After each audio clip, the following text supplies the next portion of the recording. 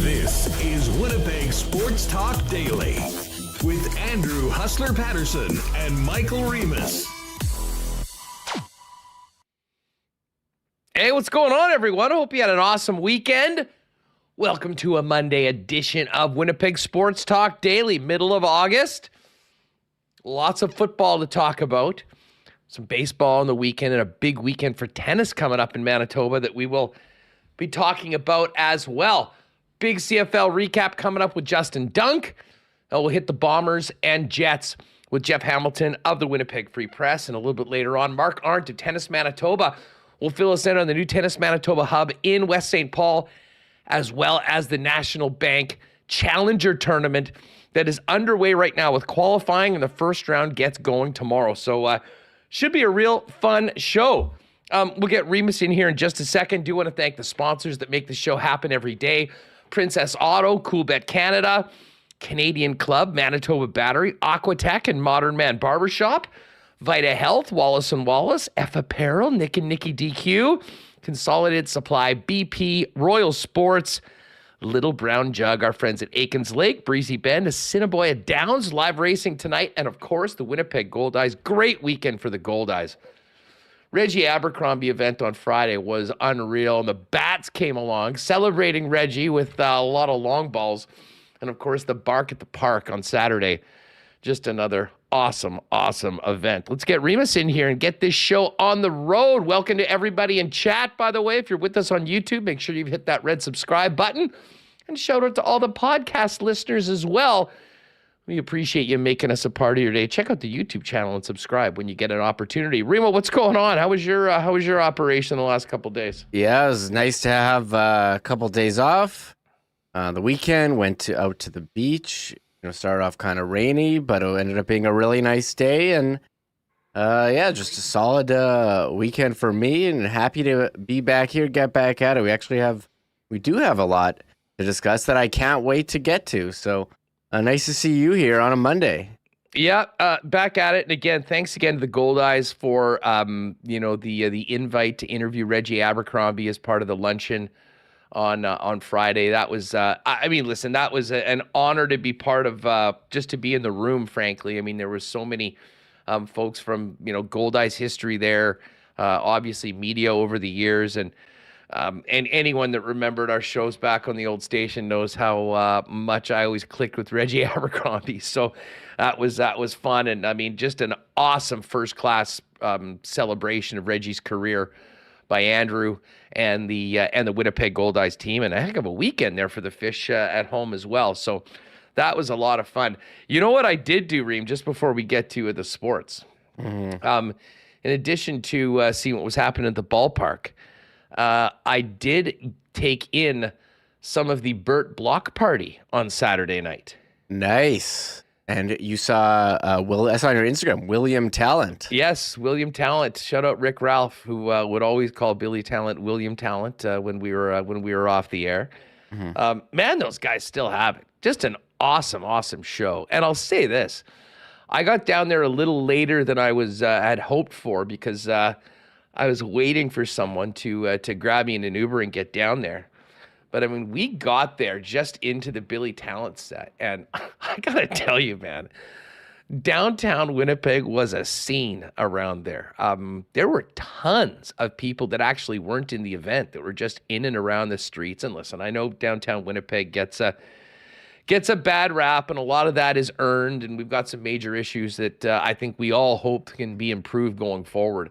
I'll tell you what, it was really, really cool to see so many people downtown on an absolutely beautiful night in a great venue, essentially outside, just in the shadows of the Bird Hotel, seeing a great Canadian band, and ran into a bunch of people. And I mean, listen, when people come up and say what's up us at like Bomber games or Jet games, I mean, obviously we always appreciate it, but that's sort of our demo, right? I mean, we're a sports show at the sport. I was blown away by the amount of people that came up and said hi at the Billy Talent show, which was great. A little bit of a younger demo as well. So shout out to Eric and all the fellows that popped by and said hi there.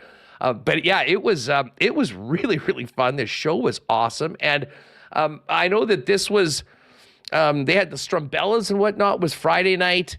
This was the Saturday night was headlined by Billy Talent. There's a couple more events coming up next week, and they'll actually maintain the footprint of the event throughout the entire week downtown.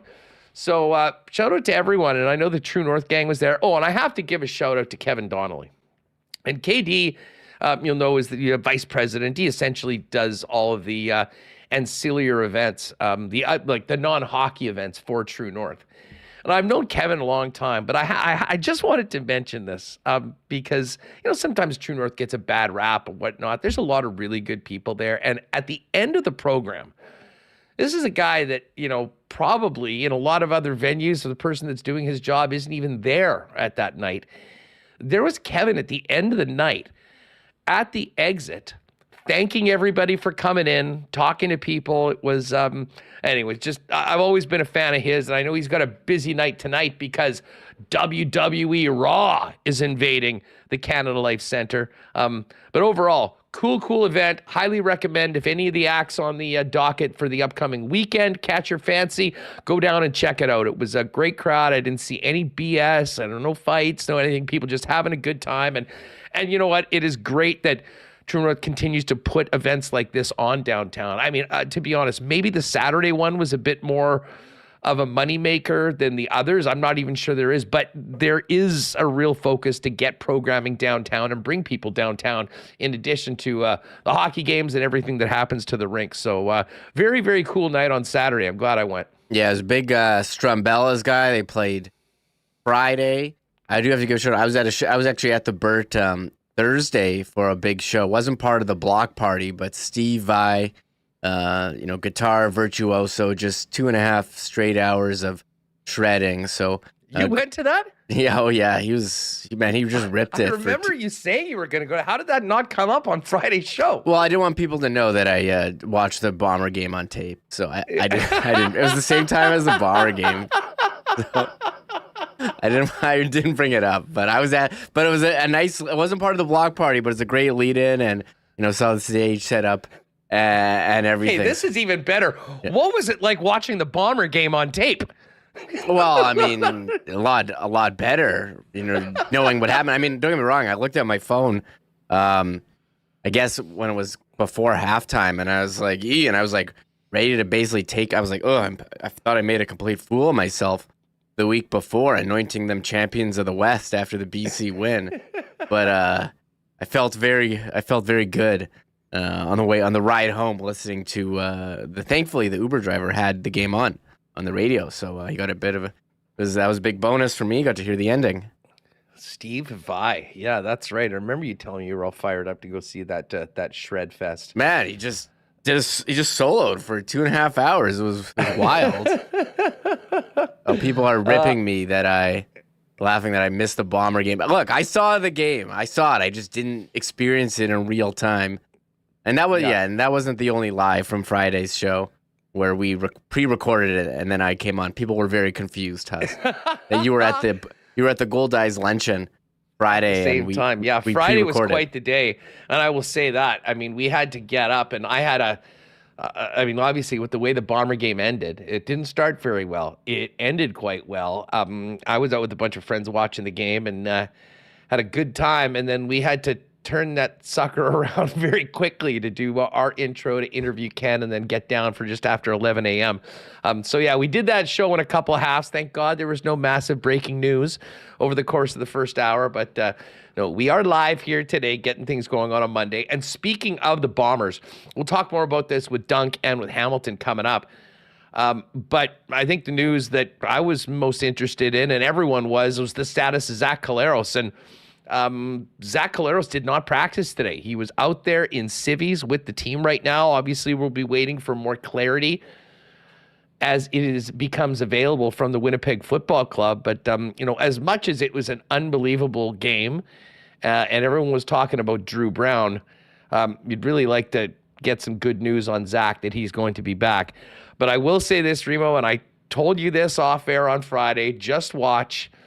It did not take long for the QB controversy tweets and text messages. I sent you one, and then I will say this. I'm not going to out the person that said this to me, but I was in a conversation with another real-life human, Winnipeg guy, friend of mine, who legitimately said to me, you know what? They might have to start thinking about potentially moving Zach in the offseason because they're going to lose Drew Brown.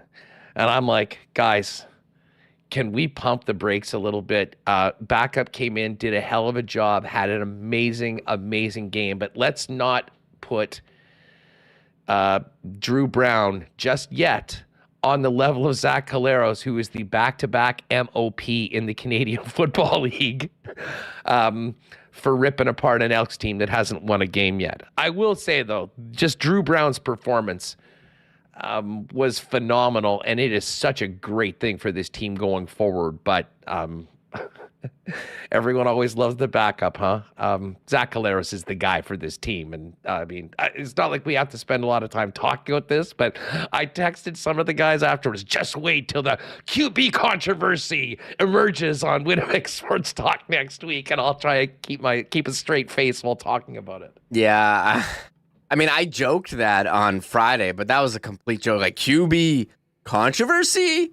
Zach, who is the headlines? But, man, he's a two-time back-to-back MOP, was on his way. Yeah, I don't think so. I think he's going to stick around. This is his team, no question. And you were sending me some of the hot takes on social media, people saying, we can't give up Drew Brown. Now, I don't think this is like a Bledsoe Brady situation at all. I don't think it's similar. So you got to hold on to Zach and keep going for those Grey Cups. Hey, if you think Zach Collaros has a hot seat because of what Drew Brown did on Thursday, how hot is Trevor Lawrence's seat after the Nathan Rourke show in the NFL preseason on Saturday night? What? I mean, listen, that is as great a play as you will see preseason, regular season, playoffs in any league this year. The legend of Nathan Rourke continues to grow, and there was a lot of people south of the border that had no idea who he was. They sure as hell do now after that play that was immediately viral, tweeted out by Patrick Mahomes as well, as it was compared to Mahomes. What a hell of a start for Nathan Rourke with the Jags in his first preseason game. Yeah, and this was his first game action since the end of the CFL season because, the West Final, because he's, like I said, hasn't really played. But look, he was fully healthy. I mean, this play where he shakes off a couple defenders, and as he's getting tackled, you can see in this picture, being dragged down, finds a way to still make the touchdown throw. Absolutely incredible play. Totally broke social media. You're, calling me about it. We have listeners tweeting at us. Patrick Mahomes, or who was it tweeted? If Patrick Mahomes did this, the internet would break. And then Patrick Mahomes is retweeting, oh my God, this play is absolutely insane. And, we talked with Farhan a couple weeks ago how he's kind of hasn't really had a chance to, not really getting much of an opportunity that he thought. The CJ Beathard is the backup. But he's, third string, got some time, and he's certainly impressed. Listen to these numbers here from the preseason game.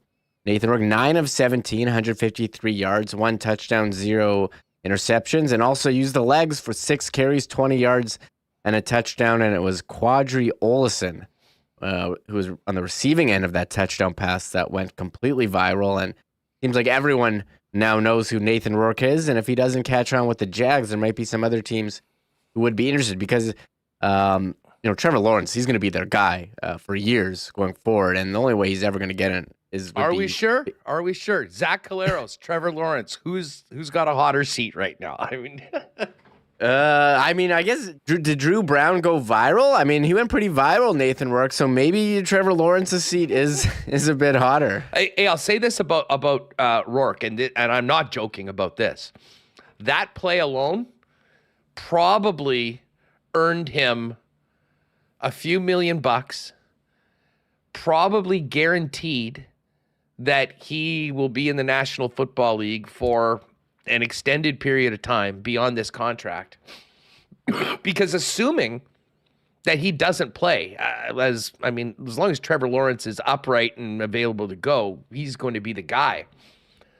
That piece of tape will be so bloody tempting for other teams to take a look at, that he's going to always have that, and they will always be interested in Nathan Rourke. And listen, I think he deserves it.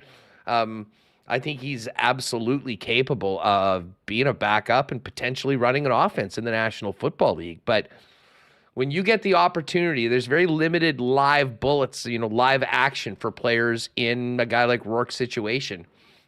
And man, when everyone in the National Football League is talking about you and everyone knows who you are and then saw what you're capable of doing, if it doesn't happen in Jacksonville, there might be some other teams that maybe didn't sign him earlier that are looking to get him. And what's funny? I was watching the Chiefs and Saints yesterday. And the Chiefs had a young guy, Buckley, that was playing at QB, and he had a heck of a game with a couple touchdown passes. And I was kind of comparing that situation. They've got Blaine Gabbert as the backup, much like CJ Beathard's there in Jacksonville. And I mean, Buckley and Rourke have just so much potential and so much opportunity. Listen, I mean, both of those teams are going nowhere, I don't think, if their starting quarterbacks are out. But I really do think it makes a lot of sense for those guys to be given a legitimate shot for number 2 reps, getting the number 2 reps in practice and turning them in. So, listen, we don't spend a lot of time talking about the NFL preseason, but week 1 had some interesting games, but most importantly, interesting performances from some young players. We saw Stetson Bennett, who, of course, was the man with the Georgia Bulldogs, get some action there. So anyways, we'll get to all of that a little bit later on. It did remind me, though, Remis, we're going to have to start getting some fantasy football content in over the next couple weeks before we start drafting in this slow time for hockey talk. Yeah, you got to start. If you're not already planning your fantasy football draft, get on it now. What season starts after Labor Day. I know a lot of people who do it like Labor Day weekend, maybe the Monday or something, but got to get your ducks in the row. Start reading those rankings sheets and know, because it is less than a month away till NFL season here. We are kind of in the slow summer period, although we did have a little bit of hockey news today. Well, we did. By the way, Dom Zappia, what up, Dom? Has there ever been a play from the NFL showed on a CFL Jumbotron during a CFL game? That's a good question. Great question. Probably no. And very cool to see that video of VA and the rest of the Lions seeing what their old teammate was doing as everyone was talking about it around the sporting world. Yes, you mentioned a little bit of hockey news, and this is no surprise, but David Krejci has officially retired, joining Patrice Bergeron, top 2 centers from the Boston Bruins, gone. And again, I don't think we really need to get into it because God knows we've talked enough about this, but it wasn't a surprise that shortly after that, a guy like Pete Blackburn, who's very tied into the Boston Bruins, was tweeting out pictures of Mark Scheifele in a Boston Bruins jersey. All that being said, it's fun to speculate. I think my stance is pretty clear that unless Connor Hellebuck is traded, I don't see a path to a trade that makes sense or that is possible between the Bruins and the Winnipeg Jets for Mark Scheifele. Yeah, this was the tweet from Pete Blackburn. I don't know if he covers the Bruins, but he's a Boston guy. He's with Bally Sports. I think he still is. I mean, they're pretty... I don't know what their situation is with him. Anyways, he's an NHL media personality from Boston. There he is, tweeting on Mark Scheifele in a Bruins jersey. And we talked about it with Joe Haggerty after Bergeron retired, that there wasn't really a match to be made in terms of a trade. So the Bruins can, think of, all these guys they want to be their center, whether it's Scheifele or Lindholm. They've traded a lot of their picks. They don't have a lot of futures. And are they looking to give up a current player? They don't have that young player like Gabe Vilardi that LA did with a number of other guys. They're kind of on the downswing here, the Bruins. So I don't know if there's a matchup. But I will say, what took these guys so long? And did these guys, Bergeron and Krejci, kind of screw over the team by taking so long to announce the retirement? I imagine they had to know. Those guys did help out the Bruins by taking what we were at the draft. I mean, we were talking to everybody that that was tied in with Boston that said this team is operating as if those guys aren't coming back. And I see Schickster, Huss, did Pittsburgh not teach you anything? 3-team trade. Who needs a goalie? I'll say this. And this is part of the reason I think we talked so much about that trade last week is because it was very creative. And it was unique. We don't see those a lot. That maybe that's another door. That being said, it is really, really tough to pull off. By the way, I see people in chat mentioning this. Can you pull that picture up again for a second, Remis? The Scheifele. I'm not sure what the original picture of that was, whether that was his Jets headshot last year. Yeah. But he is not in a good mood there. He looks... No one likes having their picture taken. Legitimately pissed off. Well, because they photoshopped a Bruins jersey on him. Of course he'd be pissed off. He's number one Jets draft pick because he's born a Jet. And someone wrote, Brass Bonanza wrote poor journalism there. I don't think anyone is calling this journalism. Yeah. Come on. That Come on, that Brass journalism. Bonanza. Like, this is called a meme.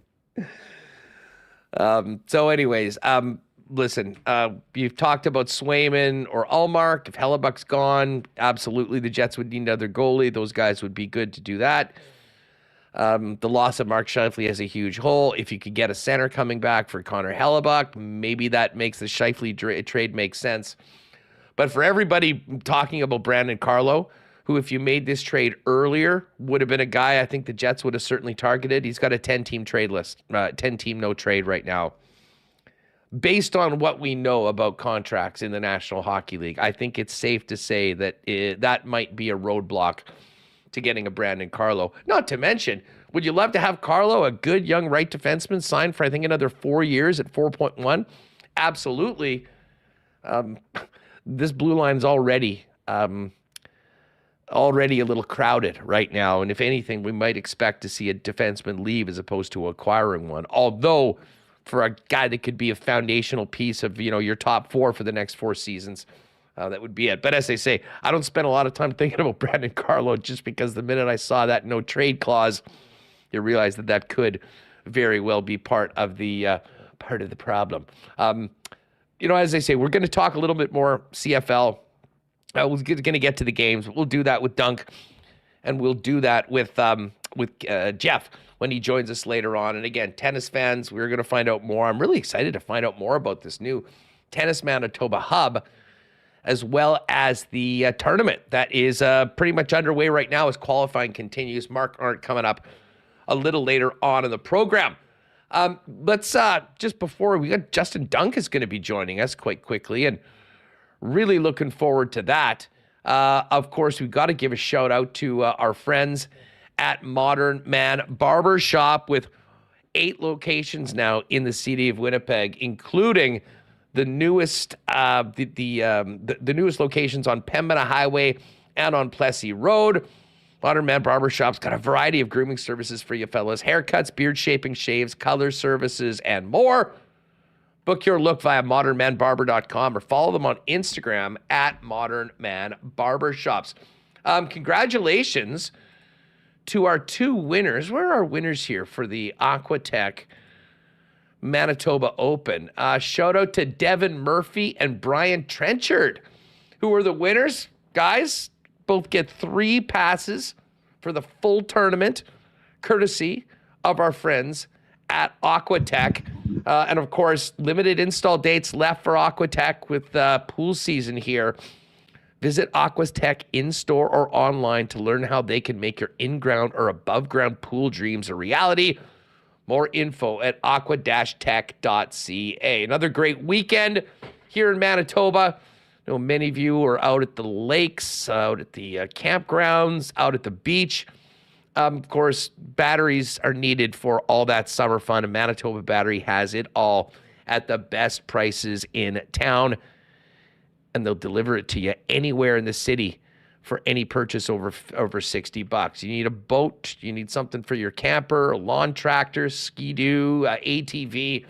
Donnie and the gang have it all. Beat the pants off the big box prices of big box stores when it comes to prices, and free delivery in the city. Go to manitobabattery.com.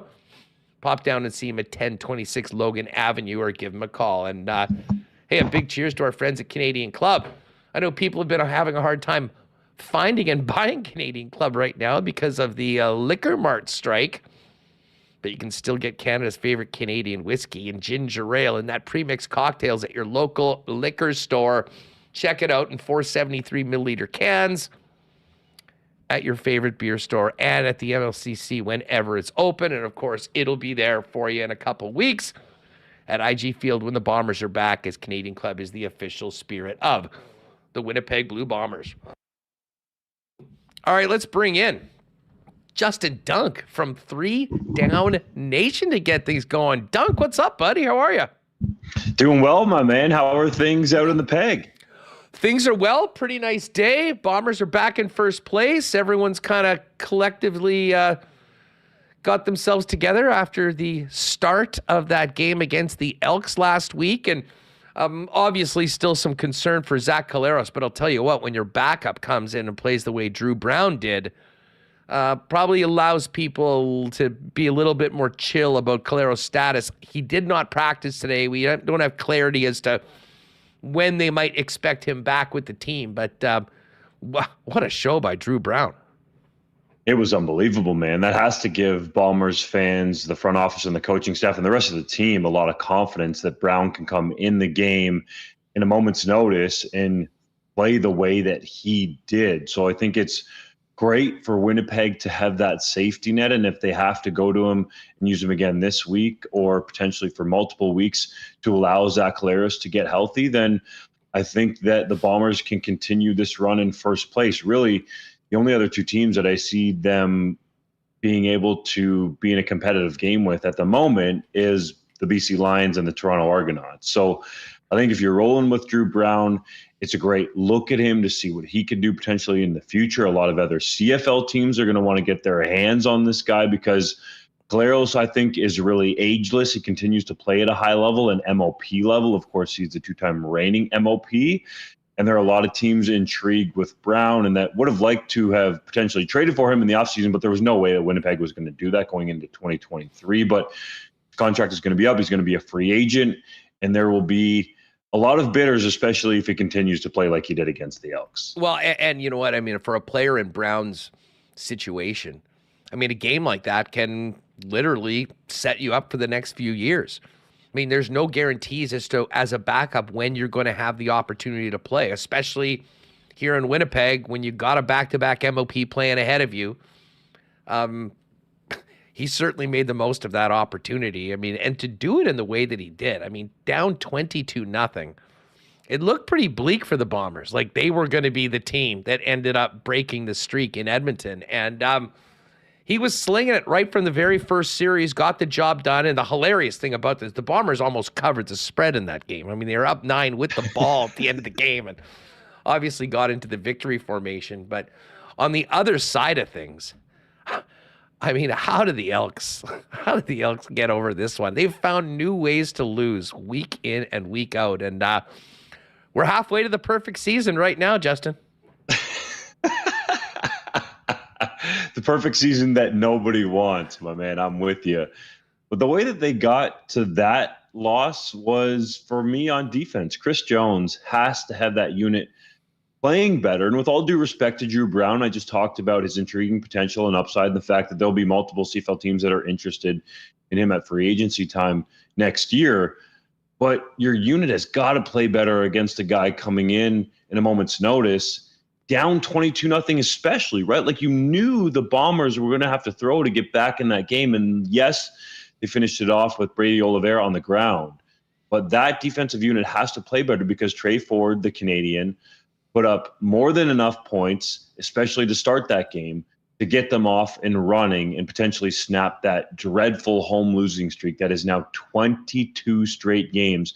And I don't even think a lot of people in Edmonton can remember why at the time the green and gold football team there was part of a city that was nicknamed the City of Champions, because it has gotten to be atrocious. There's fans there with paper bags over their head. Security's throwing some of those fans out of the building there at Commonwealth Stadium. It is just ugly, and they got to find a way to get a win. I will say the one major positive is Ford. I think he should have started well before this, or this record might not have gotten this long at home. Well, speaking of Ford, he was obviously in Chris Jones's doghouse coming out of training camp for most of the season. And then after the game, he was asked about what happened in the second half. And he said, I think we got a little too conservative. And then his coach is saying, yeah, well, maybe just go and stay in your lane and follow the game plan. I do wonder about the relationship between Ford and Jones. It seemed like Jones was forced to start the young man because of everything that happened so far this season. Probably, if he had another option, probably wouldn't have done that. The way the game went and then what happened afterwards, everything's a mess there right now, so I'm not sure it can get any worse, but I'm very intrigued as to how that relationship goes for the rest of this year.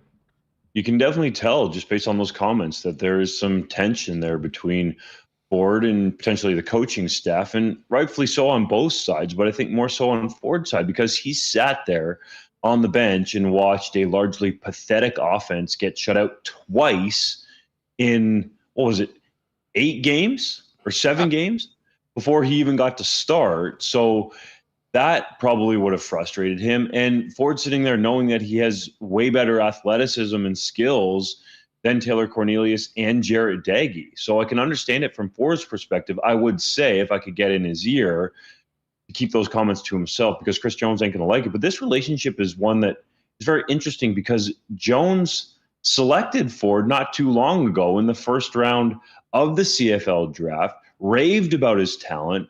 Jones traveled to the university at Buffalo Pro Day that Ford had there 2 years ago when he was going through the pre-draft process where he ran the 4.45 40-yard dash and jumped almost 40 inches in the vertical and threw the ball really well with a bunch of NFL scouts there.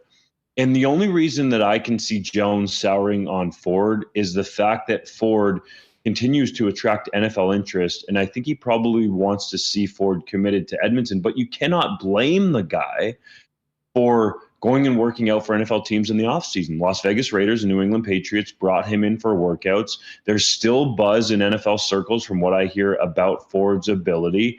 He just needs game reps. So if I'm Trey Ford sitting there, knowing that I have this NFL interest, that I could be close to a contract with the team perhaps in the offseason, and the only thing standing in my way of that is starting, then yeah, I would be more than a little frustrated at Chris Jones because it doesn't make sense. He invested a first-round pick in him.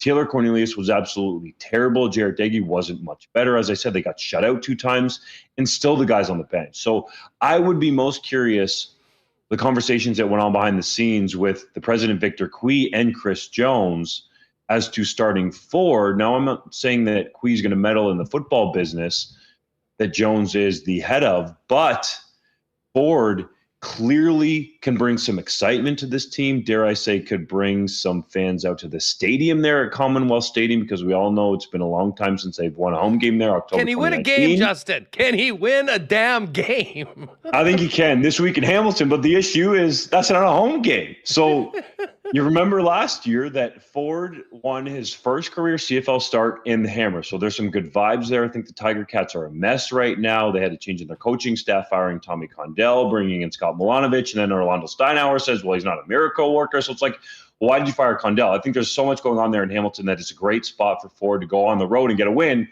but that doesn't end that dreaded home streak. I think it's possible late in the season, but the Elks' best chance for getting a win on the road and at home this season is Ford, and I think you got to play him to develop him and see what you have. Justin Duncan, 3 Down Nation with us here on Winnipeg Sports Talk. Be honest, I was quite disappointed not to see Cody Fajardo in the game on the weekend. Fajardo, Moss going up against their old squad.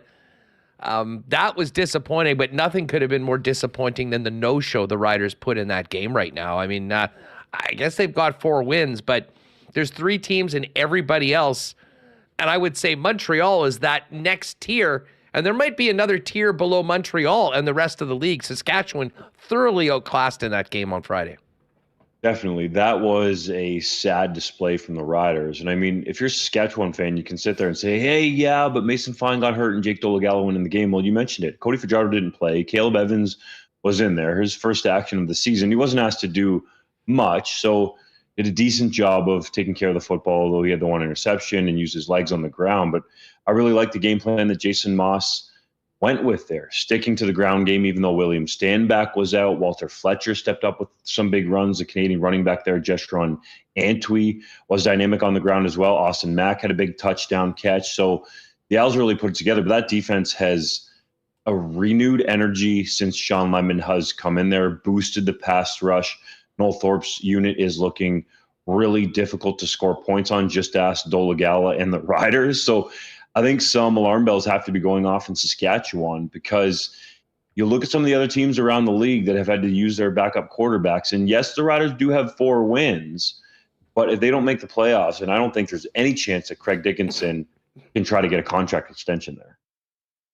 Yeah, they, I mean, this was sort of a season, presumably, for them to show or regain some of the faithful. I mean, they've lost season ticket holders. It's quite clear that they've lost a lot of the faith of the fan base. And I mean, it's kind of different in Saskatchewan than everywhere else. I mean, that's religion there. And when people don't want to go to church anymore, that's a bad sign for that organization. And I would have to imagine that we're probably looking at major overhaul in the entire organization going forward. What about Calgary? Like, Calgary got smoked last night by BC. They beat Toronto, which was a big win for them going into this week. But I would say that that's been maybe the most underwhelming team this season as opposed to where I expected them to be at the midway point of the year.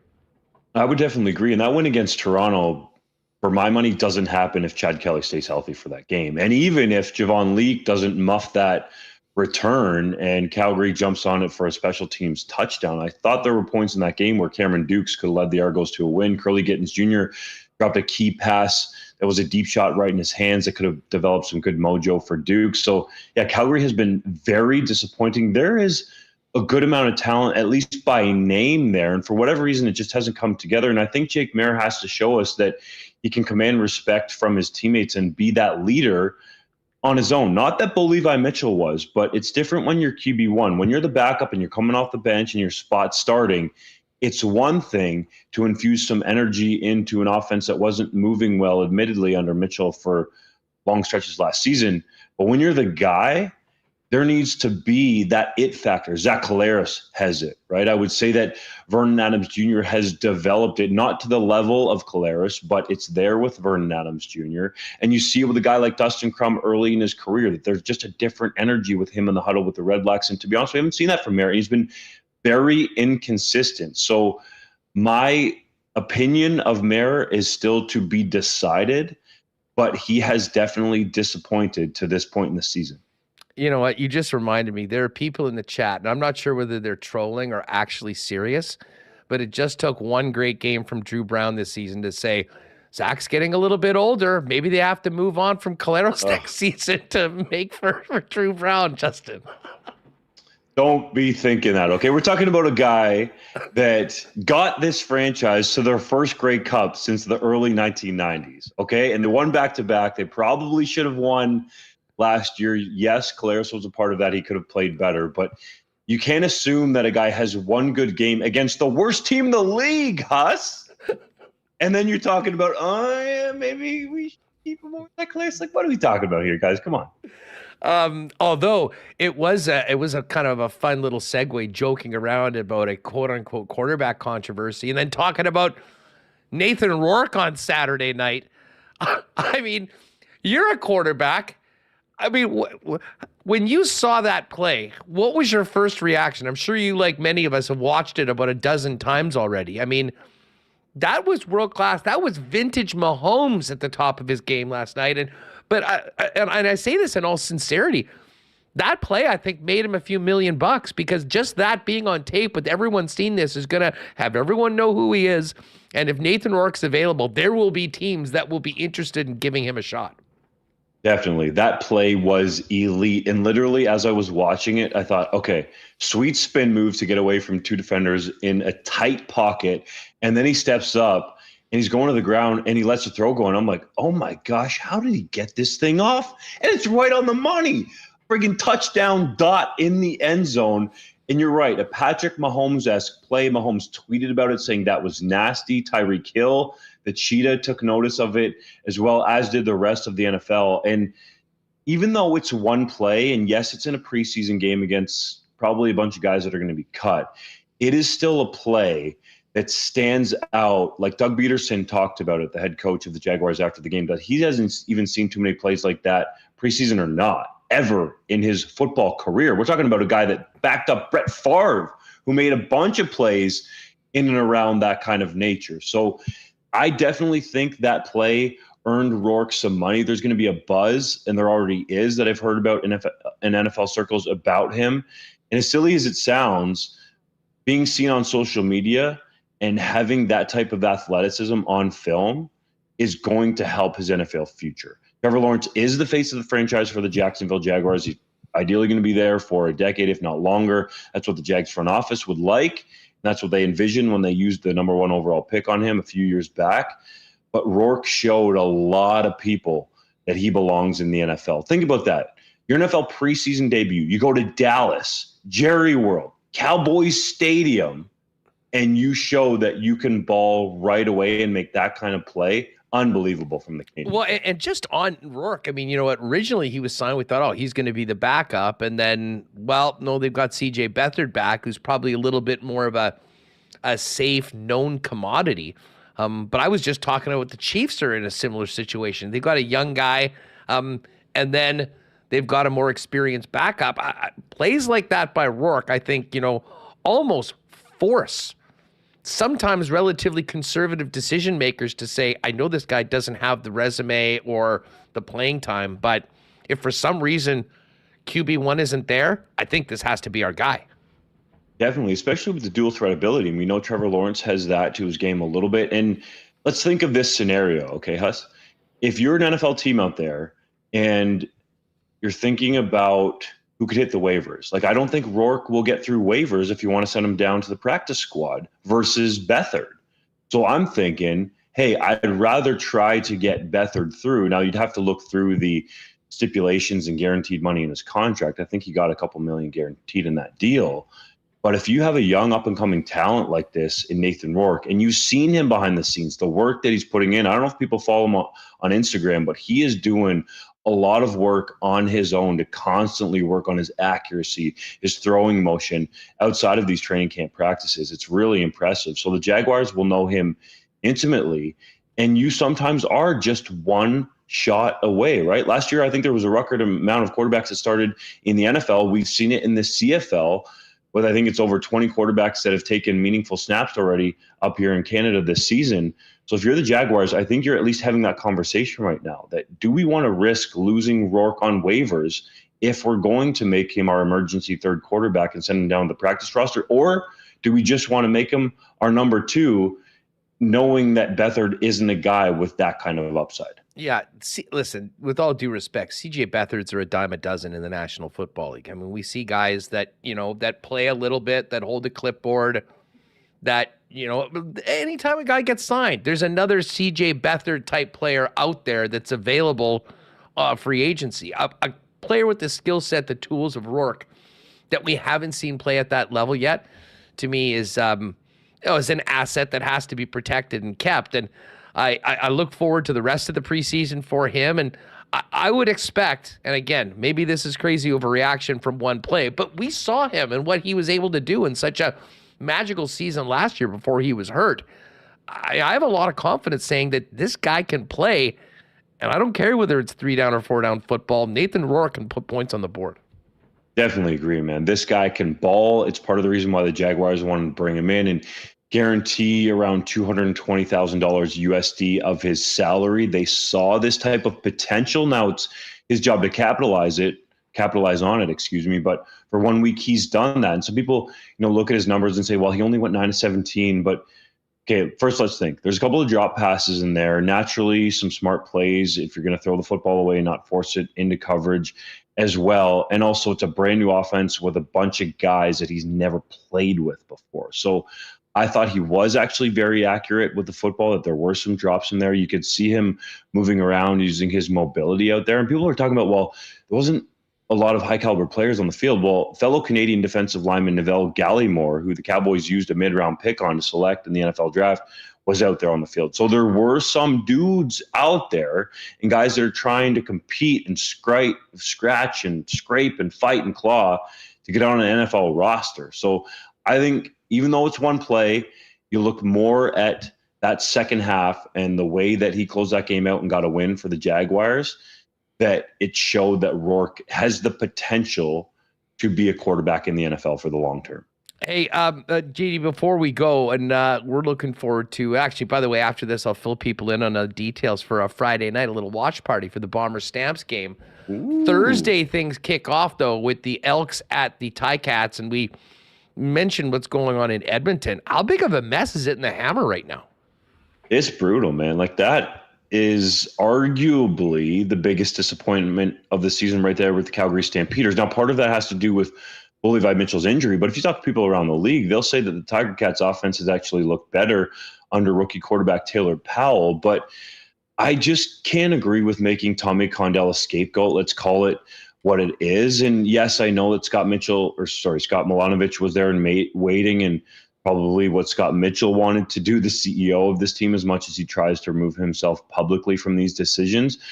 Because I don't think the offense was the issue. I think penalties have been a massive issue for the Tiger Cats. Orlando Steinauer, their head coach, has reiterated that multiple times, and it just doesn't seem like this team is well connected in the locker room or is playing complementary football. So the Tiger Cats need to get it together quick, because right now they look like the worst team in the East Division.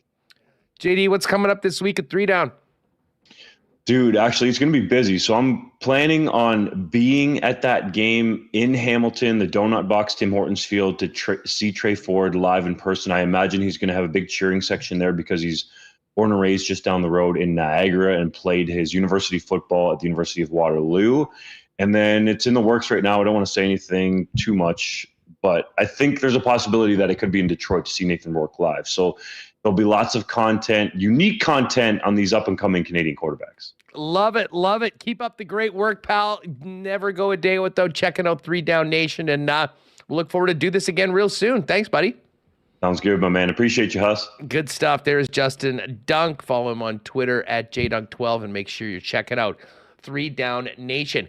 I just mentioned we're going to get to the Bombers coming up with Hammer. Kind of talked about this towards the end of the show, but a little Bomber watch party for Friday night's game against the Calgary Stampeders. The Bombers, their alumni, along with Coors Light, putting on this event over at Hooters. Looking forward to being a part of that and getting out, and hopefully we'll see a bunch of you guys down there. They're going to have a bunch of cool prizes. I think some tickets to give away. As I said, a couple of Bomber alumni will be there. I think a couple of cheerleaders. And at the end of the day, should have a great game on a Friday night to kick off the weekend. So you know where Hooters is, 1501 St. Matthews Street. An official away viewing party for the Winnipeg Blue Bombers at Hooters. Mark it in the calendar, and let's see you WSTers out there. And we'll kick off the weekend in style, and hopefully see the Bombers get to 8-2. As I say, end of every quarter, there's a swag bag and a Bomber prize pack of tickets, trivia throughout the night, Coors Light prizing. Coors Light's going to be on special all night. And actually, at night, if you do go there with some friends, mention WST, and you'll get a free starter-sized deep-fried pickles for your table. Nice of them to take care of the WSTers. So, you know where to be. We'll see you on Friday night. Hey, Jeff Hamilton's coming up in just a minute, and we will get to more of the Bombers. Do want to thank Vita Health Fresh Market for their great support of Winnipeg Sports Talk. If you're looking for great prices on natural and organic supplements, beauty products, and groceries, and Winnipeg's largest assortment of local products, to get on down to one of 6 Vita Healths. And barbecue season is still in full swing. You're not going to find any better grass-fed bison beefsteaks than you will there. And hey, you can always wash those down with Sober Carpenter beer or Santa Cruz lemonade. Vita Health Fresh Market, empowering people to lead healthy lives. 6 Winnipeg locations and online at myvita.ca. Our friends at Wallace & Wallace had a busy weekend. They were special sponsors of the event of the Bark in the Park, because they do dog runs as well. We know that they're the experts in fencing and overhead doors, But they also do all sorts of temporary fencing. Of course, they were just the big sponsor of the police and fire games and did all of that temporary fencing. So if you're having an outdoor event, a wedding, a family reunion, or you need something temporary commercially, Wallace & Wallace is the place. And again, the best selection of overhead doors if you need to get some work done on the home as the official Clopay dealer in Manitoba. Pop by and see them at their showroom off of Lawson Road. You can give them a call at 452-2700 or check them out online at wallacefences.com. Fall's just around the corner, fellas. How's the closet looking? If you need to up your menswear game heading into the new season, get on down to F Apparel. Custom suits as you want them, made to fit, look great, beginning at just $400, along with chinos, golf pants, custom shirts, both tucked and untucked styles, and an incredible selection of menswear accessories. If you are in a wedding party, make sure to talk to them about getting the fellas done up for the big day at F Apparel. 15% discount for all wedding parties at F Apparel. Pop by and see them at 190 Smith Street downtown, or you can make an appointment or find out more online at EPHapparel.com. And another great Manitoba summer weekend in the books. Hopefully you pop by Nick and Nikki DQ to grab one of those delicious summer blizzard flavors that everyone's talking about. 4 locations: DQ Northgate, DQ Polo Park, DQ St. Anne's, and the DQ out in Niverville. And if you do need a DQ ice cream or blizzard cake for an upcoming event, hit them up at DQ Manitoba on Instagram, and they'll get that sucker custom made for you. All right. I think back from his travels and back to the peg and back on WST is our pal, the Hammer, Jeff Hamilton from the Winnipeg Free Press. What's up, buddy? How was your weekend? Hustler, it was terrific. I'm back on all those things you mentioned, except for vacation. Still got today off, and hitting the ground running tomorrow, and then heading to Calgary on Wednesday for what should be a pretty interesting game between the blue and gold and the struggling Stampeders. I love the once around the CFL you went with Dunk. I got a lot of the same takes, but certainly an exciting week for the Bombers here with a lot of question marks. Well, I do want to get to a little bit of hockey talk, but we'll save that for a minute. Listen, I know you're on holidays, but I know you've been paying attention to the game. And I guess the big story today out of practice was that Zach Collaros was not practicing. And I guess, if he needs a little bit of extra time, you got to feel pretty good about Drew Brown with the way that he played going forward. But concern and the status of Zach will be the topic around the Winnipeg Blue Bombers until clarity is achieved on that. Yeah, I think anytime. I think concern comes into the equation when you see Zach Collaros get hit anytime, let alone the way he was hit in that game. I would argue late.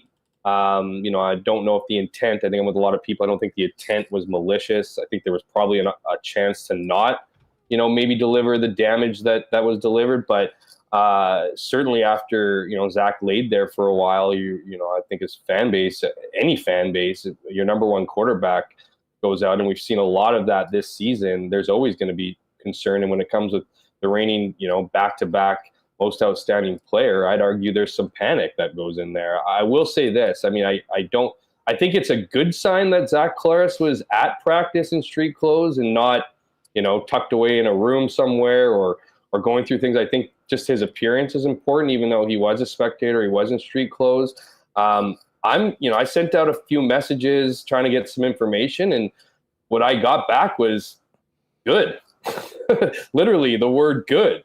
What does that mean? Is he good to play this week? We'll see. I think that's going to be figured out here over the week of practice, if and when Collaros joins the team. But I take good at this stage is it's not serious. So whether that's returning this week after a couple, extra days off, whether that's returning next week after this, this week's Calgary game, mind you, it is a short week. I know the Bombers played on Thursday, but it's still somewhat of a short week. I think if it was a Saturday game, and it might change how they handle Zach Collaros, but all signs are pointing to fairly positive, even though, I or nor anyone else for that matter seems to know exactly how long he could be out. I really do think it's they escaped worst case scenario by far. And I wouldn't be surprised if he was playing this week. Also, I wouldn't be surprised if he wasn't. It's just the reports I'm getting are, you're not using the G word if this guy has any, if he's out anywhere between 2 weeks and more than that. So I think the early signs are positive for Collaros and the Bombers. Yeah, and I mean, listen, I don't know whether they'll ever even tell us other than the old upper body injury or whatever. But I mean, if all of a sudden we hear that Zach Collaros has a concussion, that becomes a legitimate concern just because of his history. But it really is amazing, Jeff, and it got me thinking over the weekend at just how consistent and just how durable Zach has been since he became a Winnipeg Blue Bomber, which was by far the biggest question when he showed up here in the first place. Many people, myself included, said earlier that year they didn't think this guy should be playing anymore because of everything that he'd been through in previous stops in the CFL. Thank God I was wrong on that. Oh, man, I was thinking the exact same thing before the injury. I was thinking this earlier in the year because, as I mentioned or alluded to earlier, was Zach Collaros has taken quite a bit of hits this year. I mean, he's taken hits in the previous years, but it seems like the ultimate game plan this season is to hit him hard. And obviously that's every team's every week's game plan against, whether it be the Blue Bombers or anybody else, is to get to the quarterback, but the punishment's been higher. And, to your point, Huss, like when he first got here in 2019, all the questions, even though there were a lot of people in media and outside advocating to go after a guy like Zach Collaros, as soon as he arrived here after that trade, it was all about his health, whether he should be playing football. How good does he feel? How can doctors clear you to play after, suffering, several head injuries, right? And being out for the length of time that Zach was out. And then fast forward to before last week, and really the guy went years without anybody asking him a question, about his health or his status or whether he should be playing football. And I mean, 2 MVP winning seasons will get you that designation for sure. And a third when you lead the team to their first Grey Cup in nearly 30 years. No one really cares about your health. They care about your performance. And that certainly all has been the case for Zach Collaros this season. Now, I do think he's a lot more durable than people think. I think he looks at a lot of his injuries earlier in his career, while certainly isn't, making, light of them. I think he views them as more fluke injuries, right? I don't think if you were to ask him that he would feel like he was injury prone, even though there's certainly some evidence to suggest he was years ago. To him, I think they were each was situational, each in some ways. Zach's the kind of guy who puts a lot of blame on himself. I'm not saying he's blaming himself for the injuries, but he'll always tell you he could have done more, whether that was to, soften a hit that he was getting or a throw or whatever it might be, and injuries included. So I really do think this was just a precautionary thing. And certainly the way Drew Brown played, I know you spent a lot of time in that last segment, and really we'll be probably talking about it all week. The way Drew Brown played allows the Winnipeg Blue Bombers, and their 7-2 record right now, to go into Calgary this week and maybe give Zach just a week off to be extra careful about his status. Because, you'd much rather have Zach Collaros for, obviously the rest of the season here than one game. I'm not suggesting this game is meaningless by any stretch of the imagination, but obviously Calgary's struggling this season. Drew Brown played really great. I think I'm a little bit surprised at how well he played, but I'm not surprised that his teammates and coaching staff aren't surprised, because this is a guy who takes the game incredibly seriously, looks up to Zach Collaros. There was a lot of, I interviewed him for that feature I did on Zach when I went to his hometown last year, and I didn't put any of Drew Brown's quotes in it because it didn't quite fit with where I was going. But the words that this guy has to say about Zach Collaros and the respect he has for him, this to me is a guy who takes the game incredibly serious as Zach Collaros does. And when you prepare for a game like that, and you're in a quarterback room with a guy like Zach, under an OC like Buck Pierce, I think, when you're ready to take advantage, the way he prepares, I think you're going to see exactly what we saw against Edmonton. Yeah, listen, I think I would have been more surprised by Drew Brown's performance if we didn't see his heroics in week 1 of last season, when we saw Zach late in the game being pulled out of the game. I can't believe this is happening. And then he goes and leads the team down and wins the football game. But from a personal standpoint, like we were saying with Dunk, I mean, what a performance. And a performance, I mean, you have no idea when you're going to get those chances to go out and show what you can do. And to do it, albeit against Edmonton, but a 22-point comeback, this is going to help him, whether it be get a starting job elsewhere in the Canadian Football League. I think you just can't overstate how important that is to Drew Brown's future in the Canadian Football League, doing that on the stage that he did, playing the way he did, and bottom line, leading a football team to a win when it did not look very good when he came in. That's the life of a backup quarterback. Totally. It's all about taking advantage of the few situations you get tossed into. What do you hear from every team at the start of every year is that the backup quarterback, while you might be high on him and like him, you never want to see him all season long. You don't want him entering the game because it usually means something's going wrong with your number one. And so, but with Drew Brown, you mentioned, Huss, I mean, we saw that early last season in helping, orchestrate that game-winning touchdown drive. And then we saw it weeks later in the season when the Bombers visited BC. Now, you look at that game and it's pretty easy to be, you can go to two different sides. You look at Drew Brown was threw, I think, for over 300, like 327 yards and 3 touchdowns. That's the good. The bad, of course, was throwing 2 interceptions, both of which happened to be returned to Paterson for touchdowns. So it's, those are really costly errors with some of the really good things we saw. But we saw a guy who was comfortable in the huddle.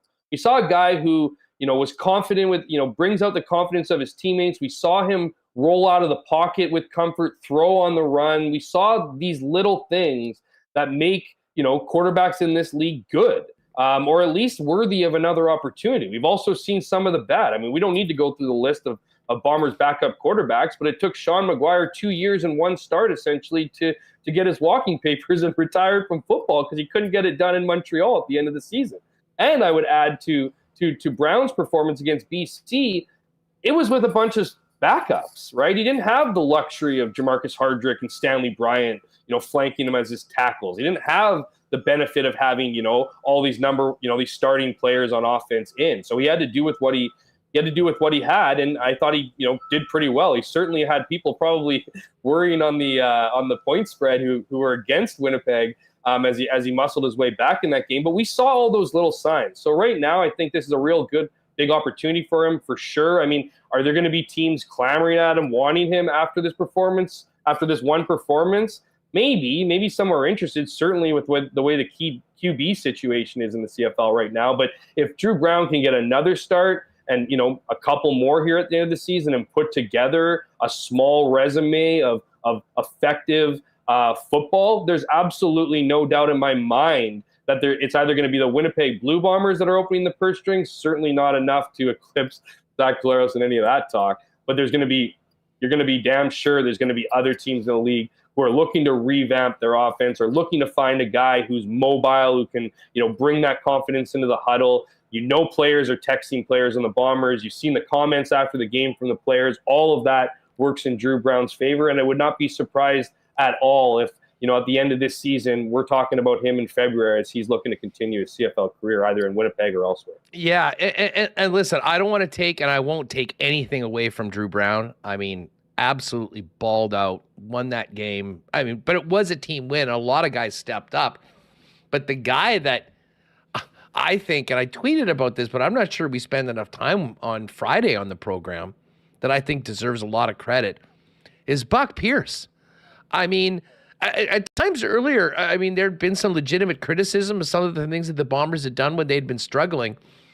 Man, I mean, the way that he called that game, the plays, the timing of everything, seeing what Edmonton was doing and taking advantage of the weaknesses, I mean, that was an absolute masterpiece game calling by Buck Pierce, especially considering the adversity the team was in when Collaros went out and Drew Brown came in. Yeah, there's no doubt about it. I mean, Buck Pierce is a rising star in this league. He'll be a head coach when he wants to be a head coach, pretty much on his terms, I imagine, the situation that works for him. It might not be that long into the future. It's very interesting, too, and this isn't a takeaway from Buck Pierce, because certainly I think Buck Pierce's greatest assets, obviously the X's and O's of the game, he knows very well, but I think one of the greatest and maybe underrated and maybe just not really widely known is just the relationship he has with his players. Like, even when Paul LaPolice was here, and Paul LaPolice is a terrific OC up there with the best in the league, a lot of the respect and credit was going to Buck Pierce just because of the way he interacts with players. There's a lot of OCs out there, and I put Tommy Condell in that list, to be honest with you. He just lost his opportunity in Hamilton, as you talked about earlier in the show, that don't really build around the players. They have a certain, game plan that they believe works in the CFL, and they'll try to jam the players into that system. Now, I'm sure there's flexibility in and around there, but Buck Pierce is the kind of guy who I think knows his players so well, and the expectations on offense are so high to the point where every receiver knows every player's route. So if they need to know everyone's job, so if they switch jobs, they know where they're going, and they know on the field where everyone else is supposed to be. So it's as much as Buck Pierce is great at, putting together game plans and putting, certainly getting the best out of each player and changing those game plans week in and week out to the opponent and not to necessarily just his team's strengths. What also he's really good at doing is bringing out the best in the IQs of his players. And so I think when you see a lot of times under his tutelage, the Bombers will make some incredible halftime adjustments. And more often than not, it's not just Buck Pierce coming down and saying, I'm seeing this, this, and this. It's the players coming together and recognizing what they see and coming together with a plan as a unit, as an offense. So while certainly Buck Pierce is deserving of all that credit and more as the architect of this offense, he's got a group of players and talented minds that, when put together, can come up with some just great alterations if they need it, right? That's why you always see kind of the Bombers come out in the second half and get things done. It's because they got a lot of great minds in there and a lot of collaboration and respect for one another. And that certainly starts with Buck Pierce, and there's no surprise he's having the success he's having again this season. Watching what BC did to Calgary on the weekend, I think this is an important game for the Bombers. In a lot of ways, this, I think, is going to feel like a bit of a tennis match where you've got to hold serve with your games. Because, when was the last time we could literally count down for 2 months to one regular season game in the CFL that has as much we expect to be riding on it than that game in BC on the 6th of October in the third and final regular season matchup between the Bombers and Lions this year? Yeah, it's going to be a doozy, isn't it? I kind of feel like it's got the vibes from last year, but it was more like the Bombers were up here. Up here, yeah, there we go. Yeah. And then Calgary and BC were just below, and so they were kind of battling. So you knew that it was going to go to the end of the season for those two teams. Now it's feeling like a real two-horse race in the West, right? And it's really going to be interesting to see how important that game is, because I just don't see the BC Lions, who obviously have Vernon Adams back, and what a game he had against Calgary in his return from injury. But and then you have the Bombers. So whether it's Drew Brown or it's Zach Collaros, I just don't see either. I don't see the Bombers slowing down either. I just don't see the competition in the CFL beyond the Toronto Argonauts being all that tough of a competition for those three teams. So to me, I think it's going to be a real important one. And the Bombers have a bit of a history about going into BC Place and getting things done. So I really do think that's going to be an exciting game. I think that's going to be a game, you're right, we're going to have on our calendars, but still lots of football to be played between then. Lots of stuff that can happen. But yeah, looking through that lens in mid-August, that October fall game looks like it's going to be a doozy down the stretch. Well, and the coolest thing about it is the fact that they're both tied, with the same record, regardless of whether one team drops a game. As long as they're within one game of each other going into that game, the team that's behind can win and jump the other team, because this, of course, is the rubber match in the 3-game series between the two clubs. As I say, we're going to be promoting this one like a heavyweight title fight when like the card is signed. It's a month and a half in advance. There's a lot of other football left to be played, but that will be the big one. Hey, just while we stay on football, the biggest topic, certainly Saturday night, was, oh my God, did you see what Nathan Rourke did? What did you think about that beauty? Just stunning. Oh man, he should have got sacked 4 times at least. Like he got hit there pretty well. And you look at some of the different angles of that replay, and there's one in particular, I think it was NFL that did it on Instagram or whatever, but it shows you can see his eyes, right? You can almost see the adrenaline /fear/focus, coming together in the perfect storm as he releases this ball. And even the commentator who's calling the play is just and he releases it. It was like a brief pause for a touchdown. It was just, it was maybe not exactly what we saw in the CFL. I don't know if I could point to you in a game where Nathan Rourke was being shed by 4 different defenders and then firing, on the fly to a shot in the end zone. But we saw a lot of that skill set, that determination, that focus, that it factor that you were talking about with Justin Dunk. To me, that it factor is the term gamer. And Nathan Rourke is an absolute gamer. And, Zach Collaros is a gamer, and that they'll push plays as long and as far as they possibly can until there's no longer an opportunity to have that play continue.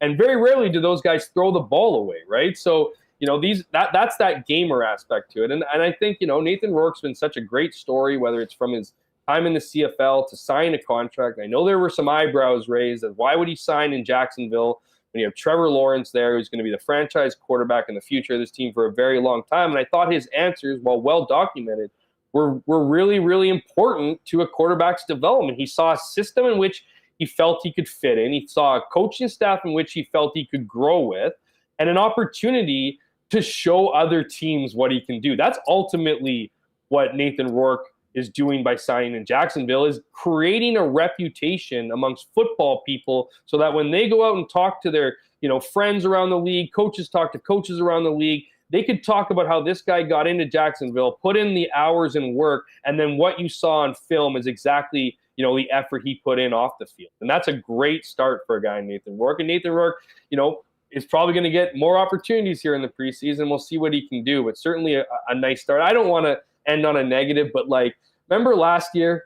Remember it was the preseason of Chris Streveler, and he was the champion of it. Now, I know they're 2 very different players and different skill sets, but I would maybe, temper some of the expectations. But what you can certainly not temper is the expectation that Nathan Rourke is going to put in the work, he's going to continue to develop, and there's, would be a surprise to absolutely nobody if in a year or so this guy, maybe not leading a team, but a bona fide number 2, and certainly a guy who possibly could do some damage at this level. Yeah, I mean, you couldn't help but want to see more from him after what we saw on the weekend. And listen, that's not happening in Jacksonville as long as Trevor Lawrence is upright and healthy. But I think he did himself a big solid as to being on that roster at the beginning of the season, as Dunk said. I don't know, when that sort of tape is out there on a player that hasn't had much opportunity, I don't think you're taking the chances of putting him on waivers and going to the practice roster. Like you said, doesn't hurt that Patrick Mahomes is giving you kudos too. That's a nice touch. Yeah, no doubt. I mean, the entire league was talking about it. I mean, it really, really was cool.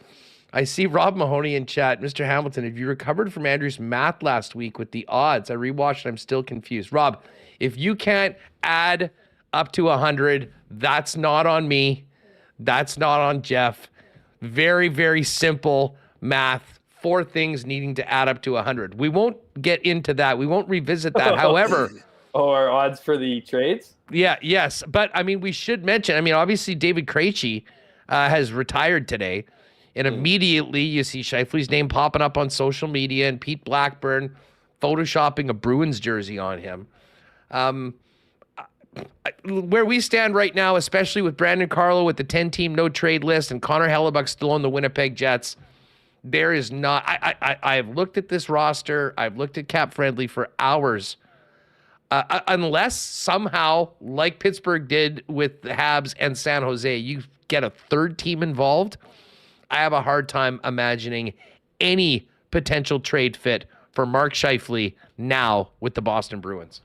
I think Jets fans can understand, just because there's something you might need doesn't mean you necessarily get it. And so, I did look at, obviously Krejci's news certainly is a nice transition into that conversation about whether or not a Mark Scheifele might be of value. Of course, Mark Scheifele would be of value to the Boston Bruins, a 42 goal scorer and a centerman. They just lost their top 2 centermen. You go to that news. I mean, what a nice note by Krejci to Bruins fans and people of Boston. But you had to know this was coming, as soon as Patrice Bergeron hung him up, what were you really going to get from Krejci this? So I don't think it's necessarily, Boston going, oh no, Krejci's gone. What are we going to do? However, you look at their depth chart, man, and holy smokes. There's one glaring position on Boston, and it's down the middle. I mean, when Charlie Coyle is arguably your number one centerman, rugged player, a good player for a lot of teams, but definitely not your top centerman, especially for a team that had such a historic season, especially when you have a fan base who is so disappointed in the playoffs, that's got to be a weird place for the fans. When I went and checked out some of the comments, a lot of them were, obviously farewell, thank you so much for everything. But I'd say a majority of them was like, now what? What do we do now? I mean, look at the center depth here. And then you start thinking about who's around, and you start thinking about Mark Scheifele. So it's a natural connection. I just think to your earlier point, Huss, you got to have something in return, right? You have to have something that's valuable in return. And, whether that, it's certainly not draft picks. Boston got rid of a lot of those. And, I don't know what you would want unless you could get, a goaltender trade here, right? So you mentioned Hellbuck as a trade. I think that's a lot of talk for mid-August. But I think, Boston, they're a good team. They'll rally from it. Maybe they'll be the proof that you don't need deep center depth. And as this copycat league often is, maybe people start dumping their centermans or something. Yeah, I kid, obviously. But I don't know about Boston going for Mark Scheifele. Like I said in previous chats, Huss, like those numbers, those trades, those offers, they're already out there. They're floating amongst teams. It's not like, you can always end conversations and restart them. There's no doubt about that. But when you get into the deep parts of summer, you already have their best offer, and then you decide whether you want to do it or not. We've seen no action. We look at a Jets team right now, a few weeks before we hit September. That's when the season starts ramping up. Training camp starts ramping up. I'd be surprised at this point if there was any movement here, unless it was, too good to be true as an offer to the Jets, and you think that would have already arrived by now. Yeah, I'm pretty much in that same spot. I mean, let me know if something happens, but we're expecting to go into training camp, and then we'll see, and then we can deal with some of the percentages. I will not dumb down the show for people that can't add to 100. We will be talking about it, but maybe we'll do it. Maybe we'll slow it down so we can do it. Okay, what are we going to do before the season? What about the first half of the season, and go through from there? However, the one thing that does need to happen, you would think, is something on the blue line. You're hearing anything about how this logjam might be figured out? And of course, there's two young men that need contracts as well that would be in the mix, assuming that they're going to be on the blue line or within the organization. Not really, and I not to, I'm not bearer of bad news here or anything like that, but you look at what happened last season. Last season was supposed to be cleared out and nothing happened. So what makes you think this is going to happen this year? We already know, there's also a couple players on that blue line that didn't necessarily do themselves any favors over the last couple of years, right? I mean, Brendan Dillon's a guy that I know names have been tossed out. He'd be a guy who years ago when things weren't going well, was interested and asked for a trade, but would have been interested in joining, if they needed bodies or whatever. Nate Schmidt has not exactly, played to his salary total. So, he's not necessarily a great trade piece.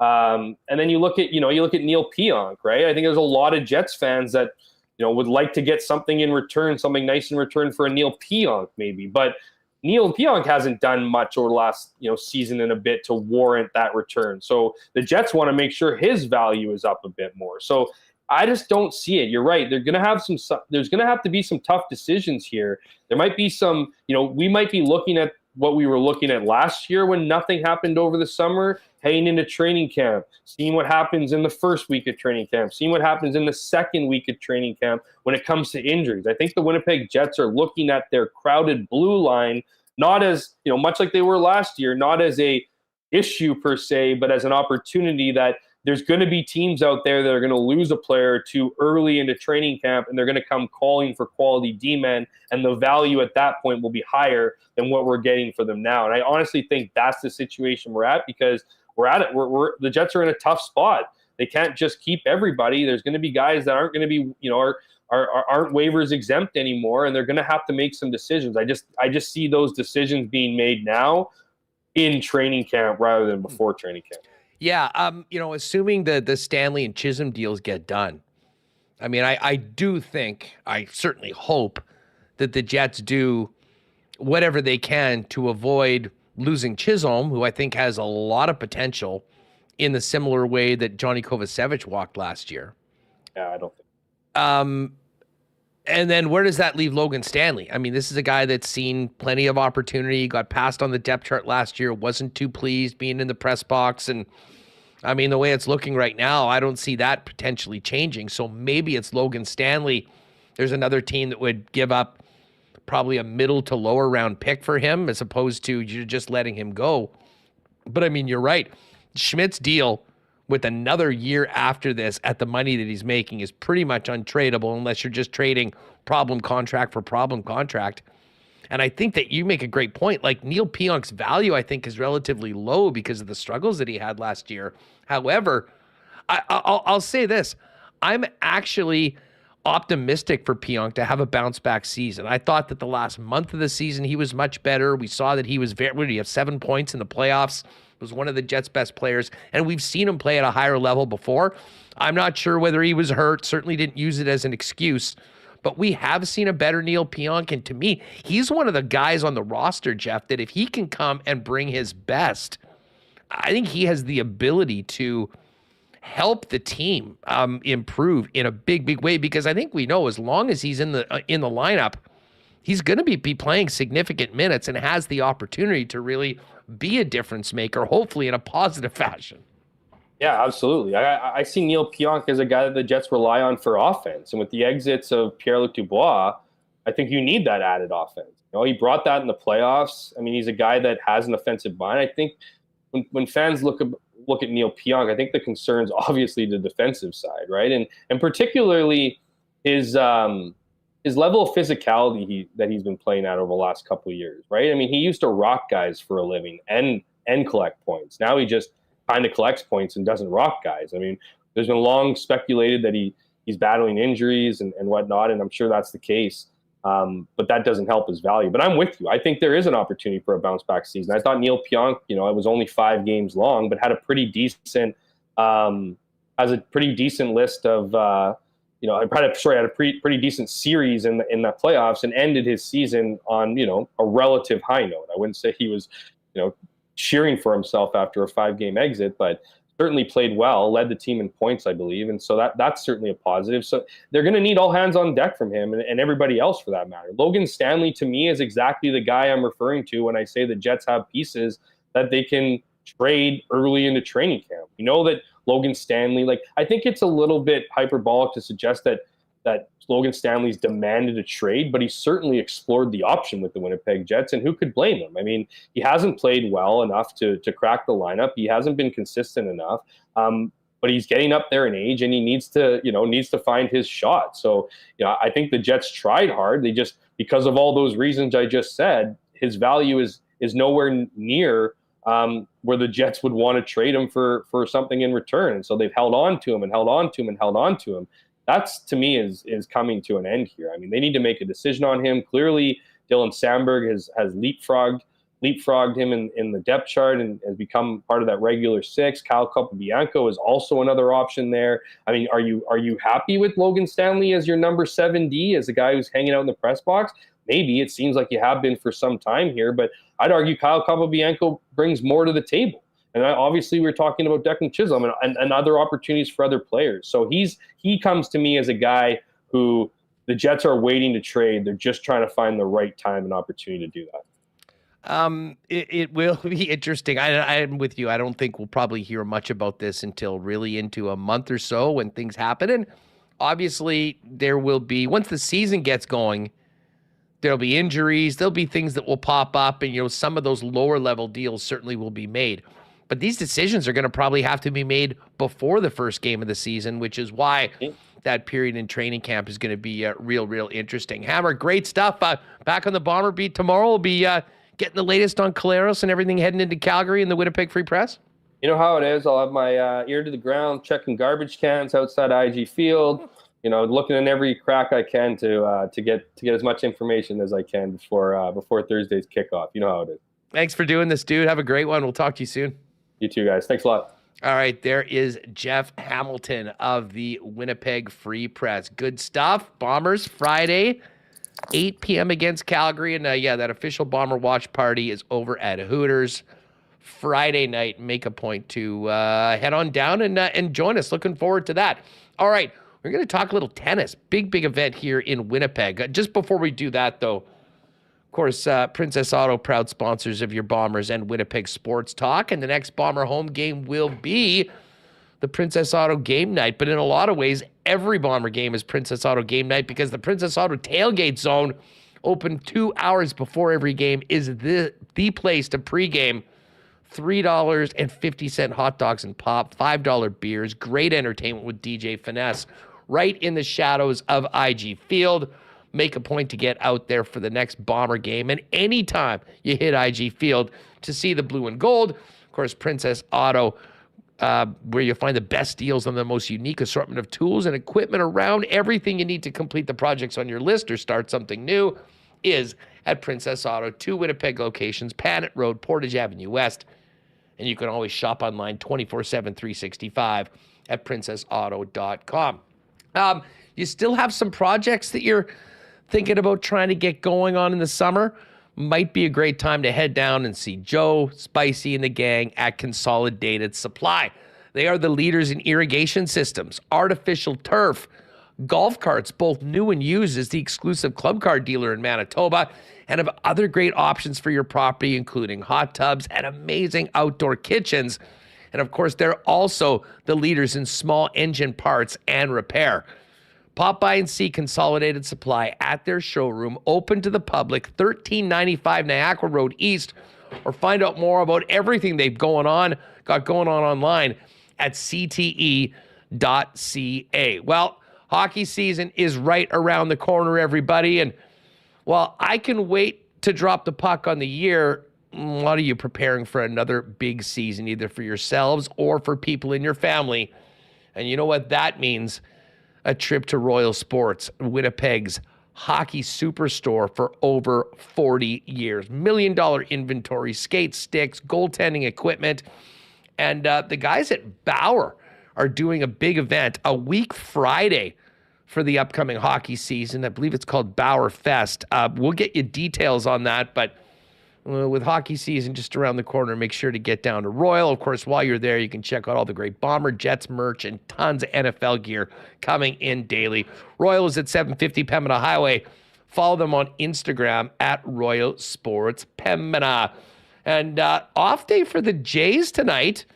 Slower in Major League Baseball. We'll get back at it tomorrow, but always a great spot to sit down and watch the Blue Jays. Then their official partner, Boston Pizza, had those great Jays viewing parties earlier this summer.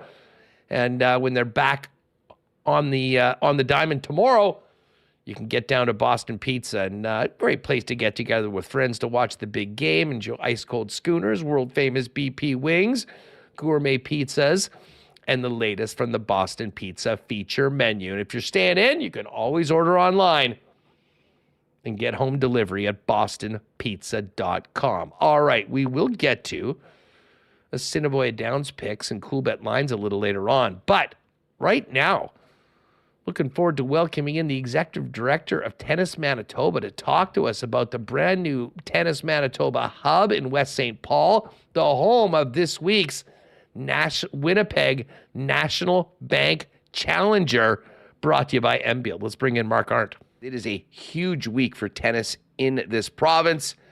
Brand new facility, and of course, the first round beginning tomorrow after qualifying completes today of the Winnipeg National Bank Challenger, presented by MBield out in West St. Paul. Mark, what is up, man? It's great to have you on Winnipeg Sports Talk. Thank you for having me. It's so nice to see you again after all these years, and yeah, it's nice to be on the show. Well, I got to tell you, I think anyone that is a fan of tennis, that plays tennis, that has a stake in tennis in this province, has to be excited about what's happening this week. Listen, we'll get to the tournament in a minute, but we can't really talk about the tournament without talking about the venue and the facility that it is at, because this is brand new, huge for the sport in the province. Tell us about this new Tennis Manitoba Hub out in West St. Paul. Yeah, it's pretty awesome the way it all happened, and 7 years making. Back in 2016, we had a conversation with a person here at the West St. Paul Community Center. He was head of rec services or on the rec committee, and talking about the expansion of how West St. Paul's growing. And it's like, hey, do you have room for tennis? as part of your growth. And he said, well, put a proposal together. We'll present to council. We'll see what happens. And lo and behold, 7 years later, after putting that proposal together, a lot of fundraising, a lot of government support, federal and provincial.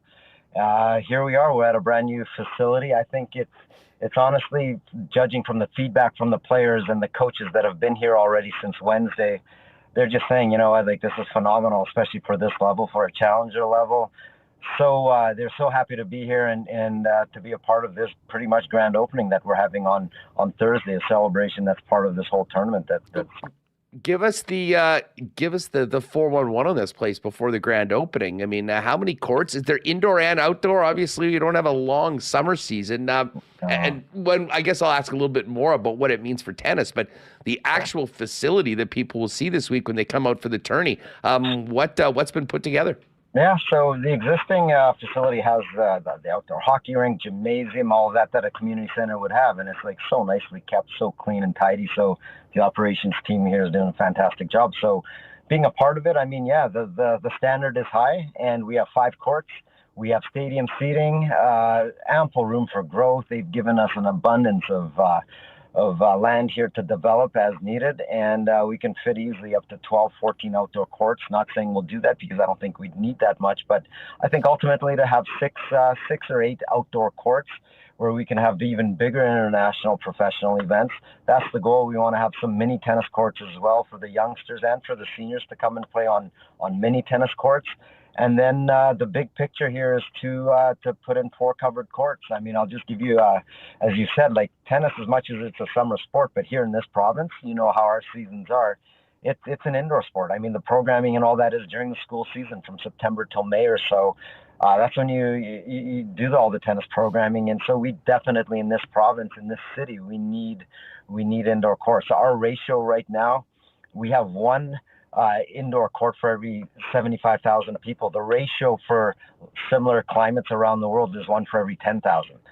So 1 for every 10,000 versus us, 1 for every 65. So we're that, or 75, we're 65,000 behind the 8 ball on this one. So we desperately need indoor courts, and we have room to do that. Well, I mean, certainly, exciting. And I'd imagine, having a location like this in West St. Paul, a little bit outside of the city, but, a growing area, tons of potential, both for the sport, but also, as a rec facility in an area that I don't want to say is underserved, but certainly, the more an area grows, the more demands there is on rec spaces and facilities. Yeah, absolutely. I'm looking at the brand new courts and around 4,000 brand new homes that have just popped up like mushrooms. It's unbelievable. And I saw the master plan for West St. Paul, and that's why this is a perfect fit. And outside the city, it's 1 street outside the perimeter, basically. We're right on Main and the perimeter, right by the cloverleaf. I can throw a tennis ball to that cloverleaf. We're that close. So they're putting in proper roads, and I mean, we have a gravel road that accesses partially right now, but I mean, by spring of next year, once the frost lifts, we'll have a proper road accessing, and it's just nice to be part of this growth. As I look around here, I mean, we're going to grow with the community, and it's a very diverse community as well, and that's the beauty of it. I mean, we've had so many people stop by during construction to see what's happening, and me, of course, lobbying and doing my sales pitch to get rackets in kids' hands, and that's the future. And looking at this community, I mean, there's so many kids, and there's 3 schools right in the area, and West St. Paul school already signed up to do programs in September and October, and then continue again in May outdoor here. So, it's a fantastic situation. And honestly, from downtown, from Portage in Maine, it is a 15-minute drive. And I know because I do it every day, so it is a 15-minute drive from Portage in Maine. Yeah, no, I mean, certainly not far off. And I guess I would imagine this is probably a growing trend in Canada. I mean, huge for Manitoba tennis to get better and greater facilities right now. Yeah, when you look at tennis in Canada, you talk about all those young kids you're trying to get a racket in. I mean, unlike any before in Canadian history, do we have multiple top young players that are, that we're able to see on the tube later on in the round, not just in a qualifier. And I mean, we can go to Chapo and Felix and Layla and Bianca. I mean, there's just a long list of young Canadian talent, and I imagine that is stoking the fire of this sport at a grassroots level. It certainly makes my job easier marketing the sport. I mean, when you see their faces, and they're marketable players, they're really nice personalities. They're great people. I got a chance, actually, Felix, Layla, and Bianca, they all played here in this tournament. We had a combined women's and men's event in the past, and they all passed through here. If you look at our alumni, I mean, it's the who's who list of great tennis players right now. But yes, their success on court, them being on TV, is making it so much easier for me to sell the sport, and especially with parents. I mean, tennis is a non-contact sport. It is it's a great lifestyle. It's a physically demanding sport, but I mean, it's one that, you have to be really super fit to play, or you don't have to be. It could be anything you want it to be. If you want to just go hit casually, once a week, go ahead and do it. And you can do it on your own terms, on your own time. You don't have to be a slave to team schedules and things like that. And, that appeals to a lot of people, especially I know people are on the go and schedules. I mean, times are at a premium for some parents with working and everything. So tennis fits in nicely and can be, like I said, whatever you want it to be. So these players are helping us get kids playing the sport. Now, Mark Arndt's with us from Tennis Manitoba. Let's get to the Challenger, because this is all happening at just a perfect time. I mean, the grand opening of this, facility in West St. Paul will be Thursday, but the courts are already welcoming some exciting young players. For people that didn't even know we had this tournament, I mean, fill people in on what the Challenger is, the level of players are. We had a great chat with Alexei Galarneau last week, who, of course, went to the final last year, but sort of laid it out. I mean, there's a lot of players in this tournament that we'll be hearing more about in the future, and some that we've heard about their name very significantly in the past. Yeah, it's a great point. So, I mean, the players here, they're using this as a warm-up for the U.S. Open in New York, and actually our final this year is on a Saturday. Usually finals are on Sundays, but because it's the week before the U.S. Open, there's a pause on all tournament play. All tournaments have to be done by Saturday, so players can use the Sunday to travel to New York for the U.S. Open. So that's who's playing here. I mean, somebody asked me, what type of player, just like you did, I said, listen, the NHL has approximately 600-700 players in it. If you do 20, 25 players per team. So these players are ranked between 70 and 250 in the world. So these are all second line players, if you want to break it down that way. Second, third line players. And I mean, guys that have made the quarterfinals and semifinals of majors that might be coming off of an injury that they picked up and are using these warm-up tournaments to get into main draws of the big slams. So it's absolutely, I mean, if you ask any of the players, even the top guys, the difference between 1 and 101 is minimal. It's a fraction of, maybe you lose concentration for a couple minutes, and that's the difference in a match. And the skill level is the one thing about tennis. When you see it on TV is one thing, but to see it in person live here in our own backyard, I mean, the incredible athleticism is so, it's phenomenal to watch. And seeing these world-class athletes that have done something in the past and are on their way to doing something in the future, they're on that pathway. So it's fantastic, and I'd urge people to come out and check it out. And even if you're not a tennis fan or a player, guess what? You come here and just to appreciate athleticism, this is the place to do it. We promised Alexei last week on the show that the Winnipeg Sports Talk crew would be supporting him. Yeah. Fill us in on Canadian and local talent in the event, Mark. Sure. So Canadian talent, we do, like, the Canadian team that we've got, Alexei, I mean, and he's a super guy. That's you probably got from your interview. Genuinely fantastic person. Oh, what a great dude. We really enjoyed having him on. Isn't he? Like, he's a rock star here with the girls as well and all that. But his personality is fantastic. And this is how it seems like the Canadian players, I mean, for the most part, like they've been taught how to do it properly. I know the coaches, I get to know the national team coaches that travel with them and working with them. You can tell that they're instilling, we don't only want just good players, we want good citizens here. You guys are ambassadors for the Maple Leafs. You behave properly, and you can tell, Alexei, prime example, Felix, amazing. And there's another one, Gabe Diallo, he's on his way. He just won a challenger level tournament. He won one actually last year. Alexei won in Granby a couple of weeks ago. But all these players that are part of the system, part of the pipeline, fantastic players, and they're all here. In the Canadian contingency, we've got about 7-8 players that are playing here, some really young ones. I'm going to say Keegan Rice from Saskatchewan, from Regina, Saskatchewan. Played junior Wimbledon, played Australian junior, and he's here. It's his first pro event. Unfortunately, he didn't qualify for the main draw. But I mean, he's very close. I mean, flip a coin, he could have won his match, and he'd be playing in the main draw. So the talent is here. You know what? The talent is definitely here. And if you want to come support the Canadians and see Canadians in action in the future of tennis for Canada, it's all right here in our own backyard. Well, it's funny you mentioned Diallo. I actually watched his win last week at the Rogers Cup, and you could just tell. I mean, it's just another guy. I'd never heard of him, and I'm like, oh, my God, here's another incredibly talented young Canadian that we'll be talking about in the future. Mark, what do people need to know? If people are sort of like, yeah, this National Bank Challenger sounds awesome. I'd love to come out and see some high-level tennis. First of all, fill people in on exactly where they go, how they get tickets, and when the matches are for spectators. Sure, thanks. Yeah, you just simply Google Winnipeg National Bank Challenger. It'll come up. All the information's there. You can buy tickets at the door. You can buy them ahead of time online. We've got the link there. But you just walk up to the door. The good old-fashioned way, tap your card, and you're in. It's $25 for the day, 11 o'clock till 8 o'clock. So you've got all that action. We've got great food here as well. We've got local breweries here that are supplying coffee and beverages, and again, easy access. We've got ample parking at the facility here. 48 Holland Road. It's the Access Center in West St. Paul. 48 Holland Road, and then attached to it is our beautiful facility, the National Bank Tennis Hub. Come and basically matches go 11 till 8 each day. Final will be, as I stated, on Saturday, probably at 12 noon. Singles final followed by a doubles final, which would be around 1:30, 2 o'clock, and same price for the finals, $25. Mark, I got to ask you this on a personal level. I've known you for a long time. I've known how passionate you you've been for tennis.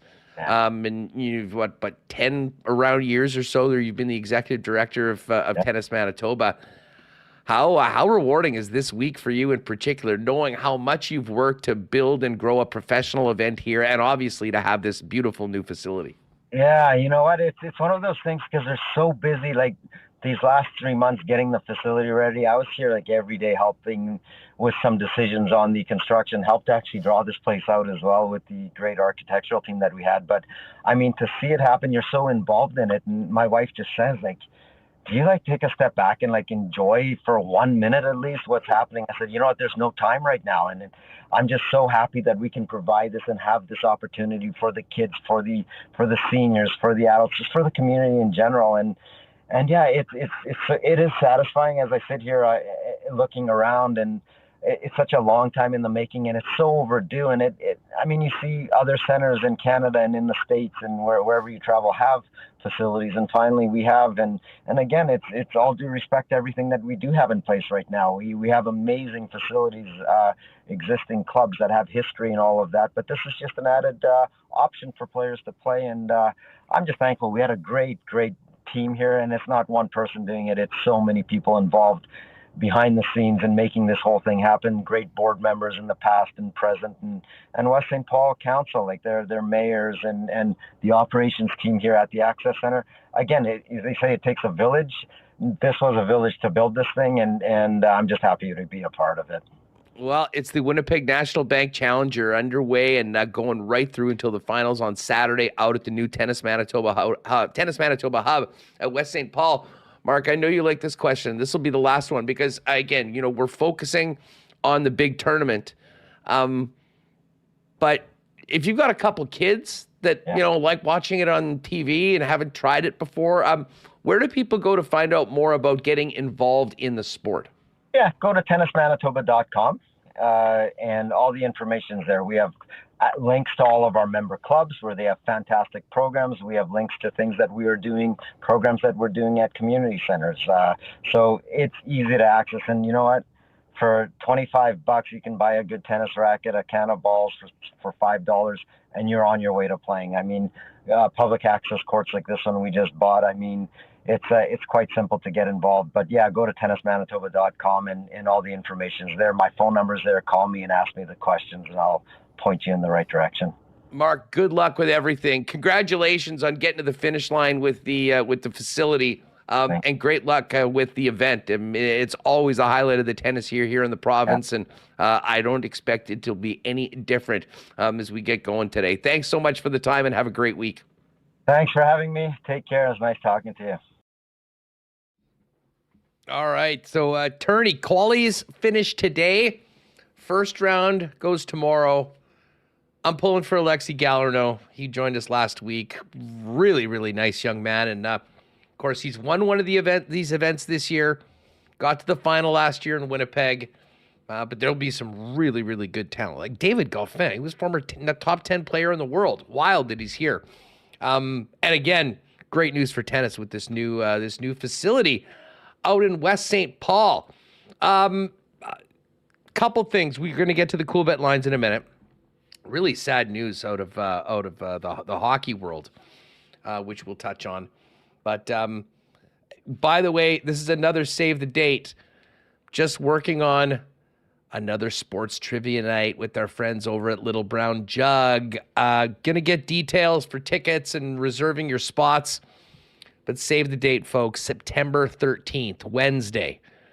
Believe that is going to be the next date that we do our third sports trivia night. We've had so much fun with everyone that's come out, and we should be able to use the patio again like we did last year for the first one at Little Brown Jug. So mark that down. Of course, we're going to do the Bomber viewing party on Friday night, but September 13th looking to be our next trivia night, and I'll have details in the coming days for all of that.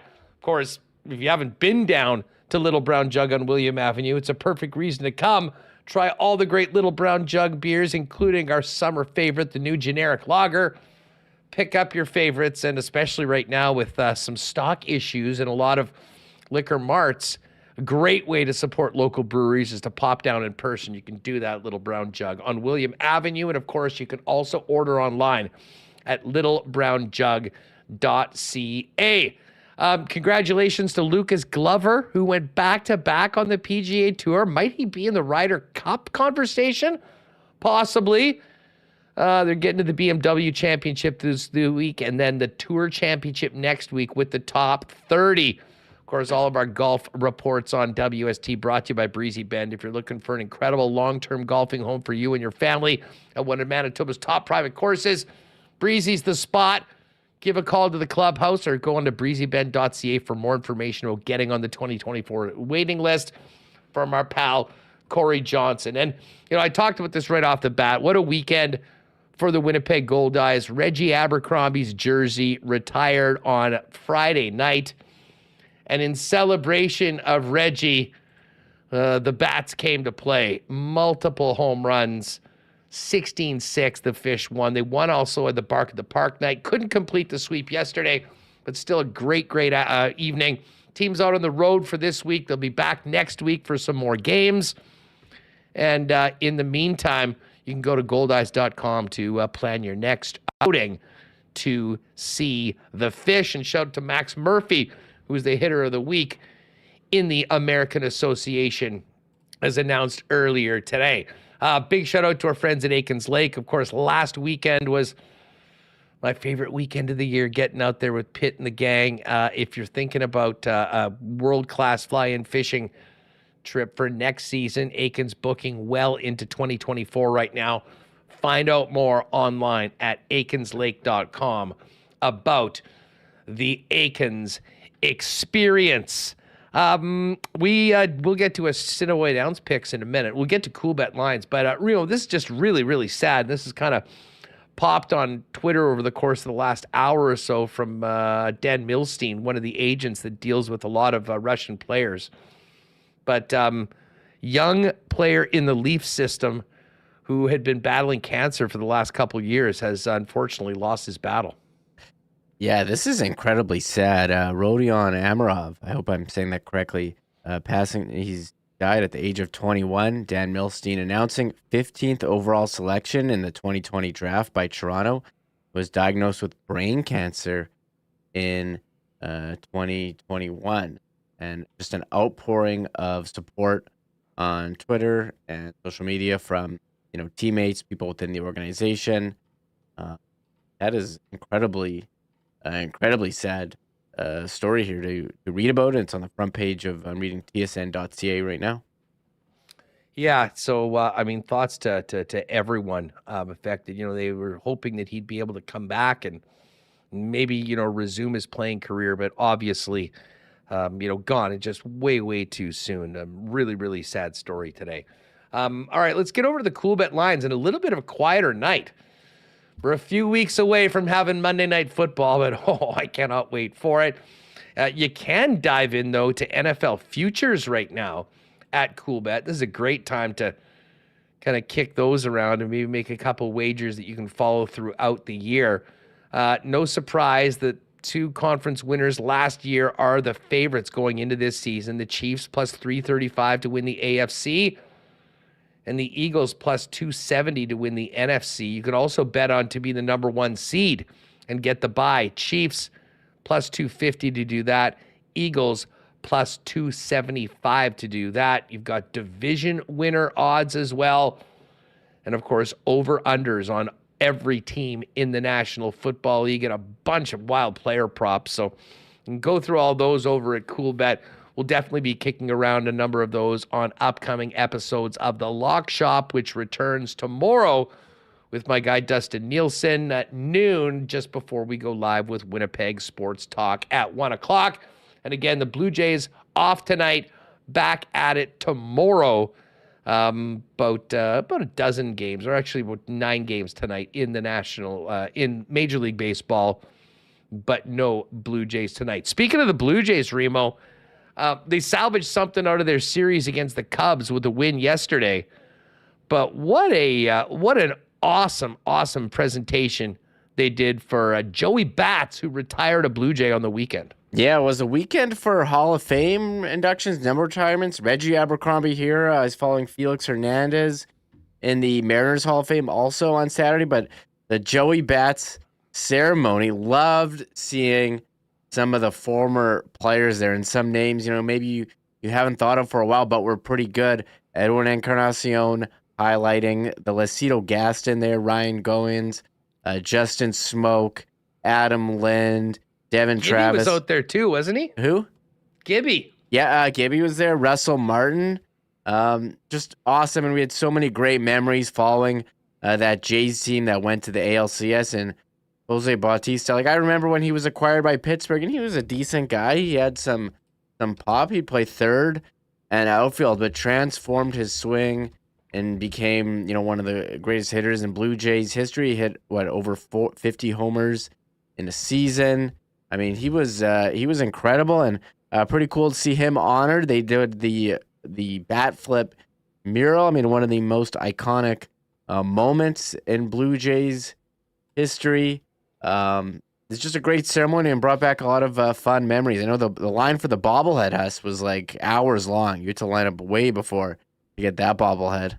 Yeah, that is that is a famous one, and I was there for that game where they did the Vlad bobblehead for Game 2 of the regular season. Oh yeah, I had no idea how early you had to get there to get one of those things. It's here you got to pay your dues.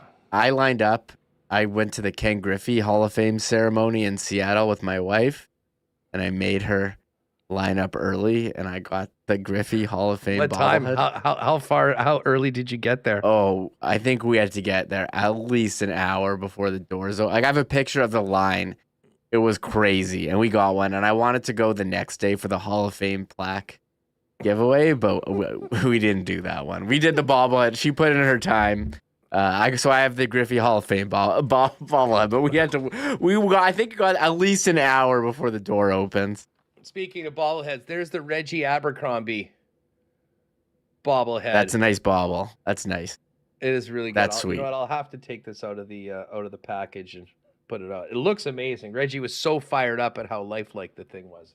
All right, I know you got a kid to pick up. Let's get to our picks, because the Ponies are back at the Downs tonight. Post time is 7:30 p.m. A full slate of live racing, and that means we've got some picks as our head-to-head. It is very close right now, folks. After I was way behind early on, I've sort of caught fire in the past couple of weeks although I was 0 for on Wednesday. But it is time to get to our picks tonight. Remis, I do have some action in race 1, actually. Do you? I do, I believe. Let me pull it up. Race 1. No, maybe Race I don't. I've got a triactor in race 1. I just went for straight winners today. I got a couple triactors. I'm going number 2, Valid Defense, which is the favorite. Number 4 is Shotgun 1. And then I'm throwing in a bit of a longer shot, or actually, I guess the longest shot on the board, All Terrain Jane. Amazing name.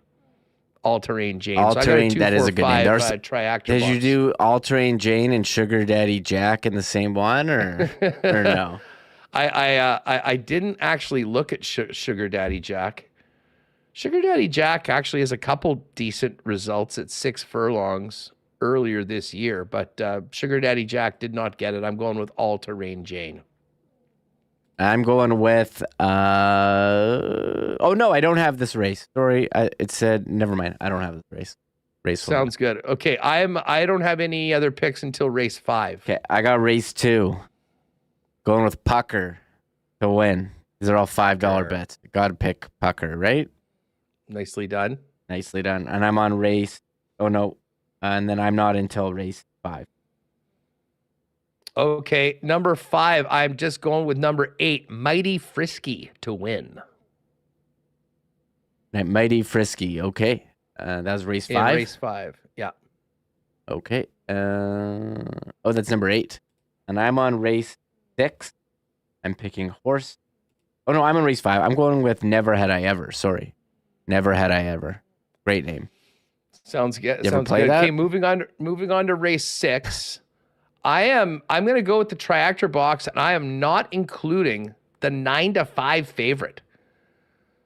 This one seems to be all over the place, but I am going with number 3, Lipstick Lady. That is a good one. Number 5, Artisan Dancer. Yeah. And number 6, Maybella. Yeah. 3, 5, 6 on my triactor.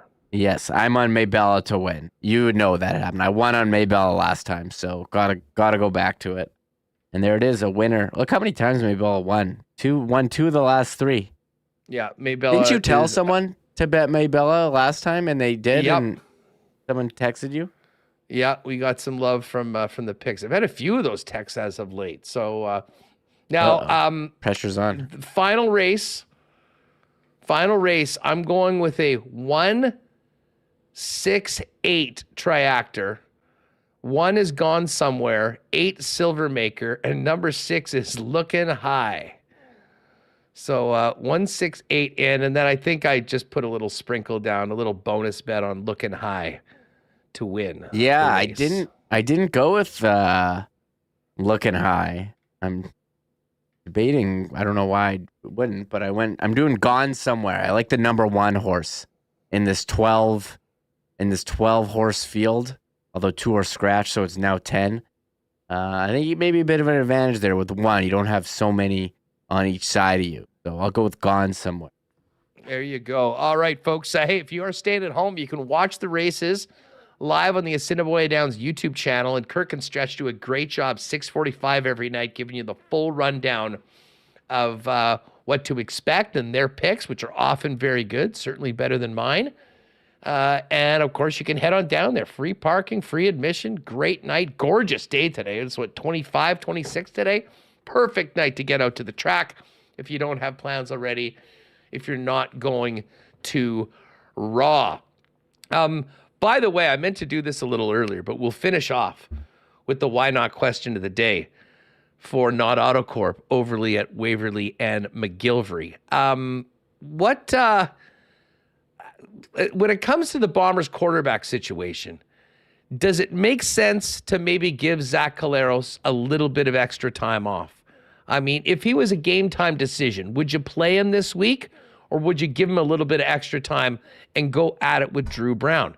Keep in mind, these games are very important. You have to keep pace with the British Columbia Lions to get ready for that October 6th game to make it for the Western Division. So, I mean, winning is important, but do you have that much confidence in Drew Brown that you might be able to give Zach an extra little bit of rest? Let us know in the chat. I've enjoyed the takes on the Bombers quarterback situation all along. Of course, why not question of the day is for not AutoCorp. And what about you, Reem? Do you think that that is something that, I mean, if it comes down to it, the Bombers can afford to be cautious with their quarterback, considering what Drew Brown did against Edmonton? Well, I think we got to see what Drew Brown can do, because if you're going to be trading Zach and making Drew Brown the starter for the rest of the year, then yeah, we want to see, like, yeah, it's one thing to go up against Edmonton and pace them, but they're the worst team in the league. Like, let's see him against a slightly better team who's also not a great team in Calgary. So, in all seriousness, I think they can afford to be cautious, and it seems like they're being extra cautious. I wonder if, what was that? The first game last year when he got hurt, I felt like, if the spotter, didn't catch him, maybe he would have played, and maybe in a different era, they would play. But you got to protect your health, and I definitely agree with that. And we know Zach is certainly a gamer, but maybe let's get another look at Drew Brown and see what he can do. So the Bombers need to make sure they are 100% healthy in November. And if this allows them to do that, then you can take a week off and gear up for the home game against Calgary next week. Yeah. All I'll say is this. You want to win the game. Zach Collaros' health is of number one concern. But if he is good to go, I'm playing him. I know everyone's fallen in love with Drew Brown because of the rally that he spurred last week. Again, I don't want to diminish it, but I also don't want to take too much from it. Zach Collaros has been the MOP of this league for the last 2 seasons. Looks very good, along with Chad Kelly, to be right in the mix for that award again this season. I think if he wants to play, he feels like he can play, he's the guy, and you play him, and you do your best to make sure you're giving yourself the best shot to win. However, it's very, very nice that the confidence levels are as high in the backup as they are, because I certainly don't think that was the case going into last week, despite what Drew Brown did last year against Ottawa. Just before we go, who's going to Raw tonight? See, there's quite a few people. I see Schickster's going. Jeff Cabillas. I'm sure. Oh, Cabillas will be there, of course. Ishaboy Bruce. Anybody else? It should be good. I haven't actually got the. I haven't got the full card yet. But it's always cool when the WWE comes to town. Sami Zayn and Kevin Owens, the tag team champs, were at the Tigers game on the weekend. Guests of the Detroit Tigers, and they were in a suite or a box, and they had the belts hanging down over. And I would imagine, though, that Kevin Owens and Sami Zayn will be here for the Canadian crowd. Man, I had a good time interviewing KO when they came around a few years ago, back when we were still on Pembina Highway. I'm just checking out Twitter, and first of all, I love that the televised events are, we had SmackDown last year, now Raw, we had AEW back in March, but Trish Stratus tweeting out an hour ago that she's going to be taking on Becky Lynch. She's back, Trish Stratus, nice. The legend? Dude, Trish is back, and she is still bringing the heat. And here's Cody Rhodes tweeting about an hour ago as well. Turned the Jets warehouse into a staging area. Big crowd for Raw in Winnipeg. Haven't wrestled here in forever. And here's Cody Rhodes tweeting out a Cody Rhodes Funko and some cups. And then this is a nice look of backstage. As you can see, the Jets reverse retro jerseys there. And there's some belts. What are these red belts that he's posting? That must be the Raw championship belt. That you can buy? Or no, that looks like a weight belt, doesn't it? It's like a weight, yeah, they're like weight belt. Oh, okay. Maybe that's some new merch thing that they're selling to kids. I don't know. I'll see what other info I can find. I just did a quick search. I'm not going to Raw tonight. I got a playoff hockey game, and I already missed a playoff game for Steve Vai on Thursday. So I don't want to double up and be like, oh, I got another event. So I don't want to be that guy. I miss a lot of games I like to play, and I don't want to be that guy who signs up for a team and just doesn't show up. Huge missed opportunity for you to bring out your kids' WWE Championship belt that you bought a few years back at the wrestling event when we were there. Here. And saw our buddy Gregory and Ezzy from Illegal Curve. Yeah, here it is. My kids' championship belt. Now I can give it to my own son, but I did buy this at an event here, and no regrets on my end, although my wife will be like, what the hell are you doing? But that's okay. I always wanted one of these when I was a kid. Evan's 4 yet. Can we now start getting him into WWE? Like, he goes to bed at 7, so like I can't. I'm not taking him to any events, and I think he would think it's too loud. So, but as far as watching on TV, you got to start PVRing it. Showing it. I'm very interested. I want to know what his initial reaction is to wrestling. I'm not sure if he would be into it. I think I'm trying, but he's into what he's into. I know when you start getting into power bombs, like, in the pool, like, it opens up so much more horsing around and roughhousing opportunities with kids. Like when I was that age, I was very into wrestling, but like I'm trying to think about it now. Like there wasn't a lot going on like when I was a kid. Now there's just too much stuff, too many toys. Like you can watch anything anytime you want. Like we used to put in a VHS tape to watch, and like they're like CDs. And you can just listen to any song with your voice. Like there's too much stuff for kids. So I'm worried that they're not going to be into the same things. Maybe you need to go old school wrestlers. Remember those wrestling figures that were like stretchy? Yeah. Those stretch wrestlers, like I think maybe that's how you introduce him to it, and then he becomes appreciative of the art of pro wrestling. Yeah, well, my mom's got all my old wrestling figures at my parents, so I got all the good ones like Virgil over there. So maybe I'll introduce him to the Virgil action figure. Yeah, I got a Virgil. It's worth a lot of dollars these days. Leighton Janice, Paw Patrol versus WWE. That's the battle. That's the battle that will be waged at some point soon. Yeah, so. And Giovanni Fleury going, VHS, what's that? Never heard of it. Like is he like a 20-year-old? Stop age shaming us, Giovanni. Yeah. Stop age shaming us. Is Giovanni a 20-year-old kid or a 40-year-old guy making jokes? Because like if you're 20, like I guess you probably wouldn't know what like what was that Jets? The video they put out where they like show members of the Jets old technology and they don't know what it is, like a floppy disk. That was funny. That was yeah. That was rough. That was rough, man. That made you feel old. Folks, good stuff today though. Coming up tomorrow. Is Mike jumping on tomorrow? I haven't worried. The schedule got all messed up last week with people being out of town and long weekend, so we'll talk after and see what's up with Mike. It would be perfect to have Mike tomorrow because he also is a big fan of the WWE, yes. And I would be shocked if he isn't there. And by the way, I know Panky's here.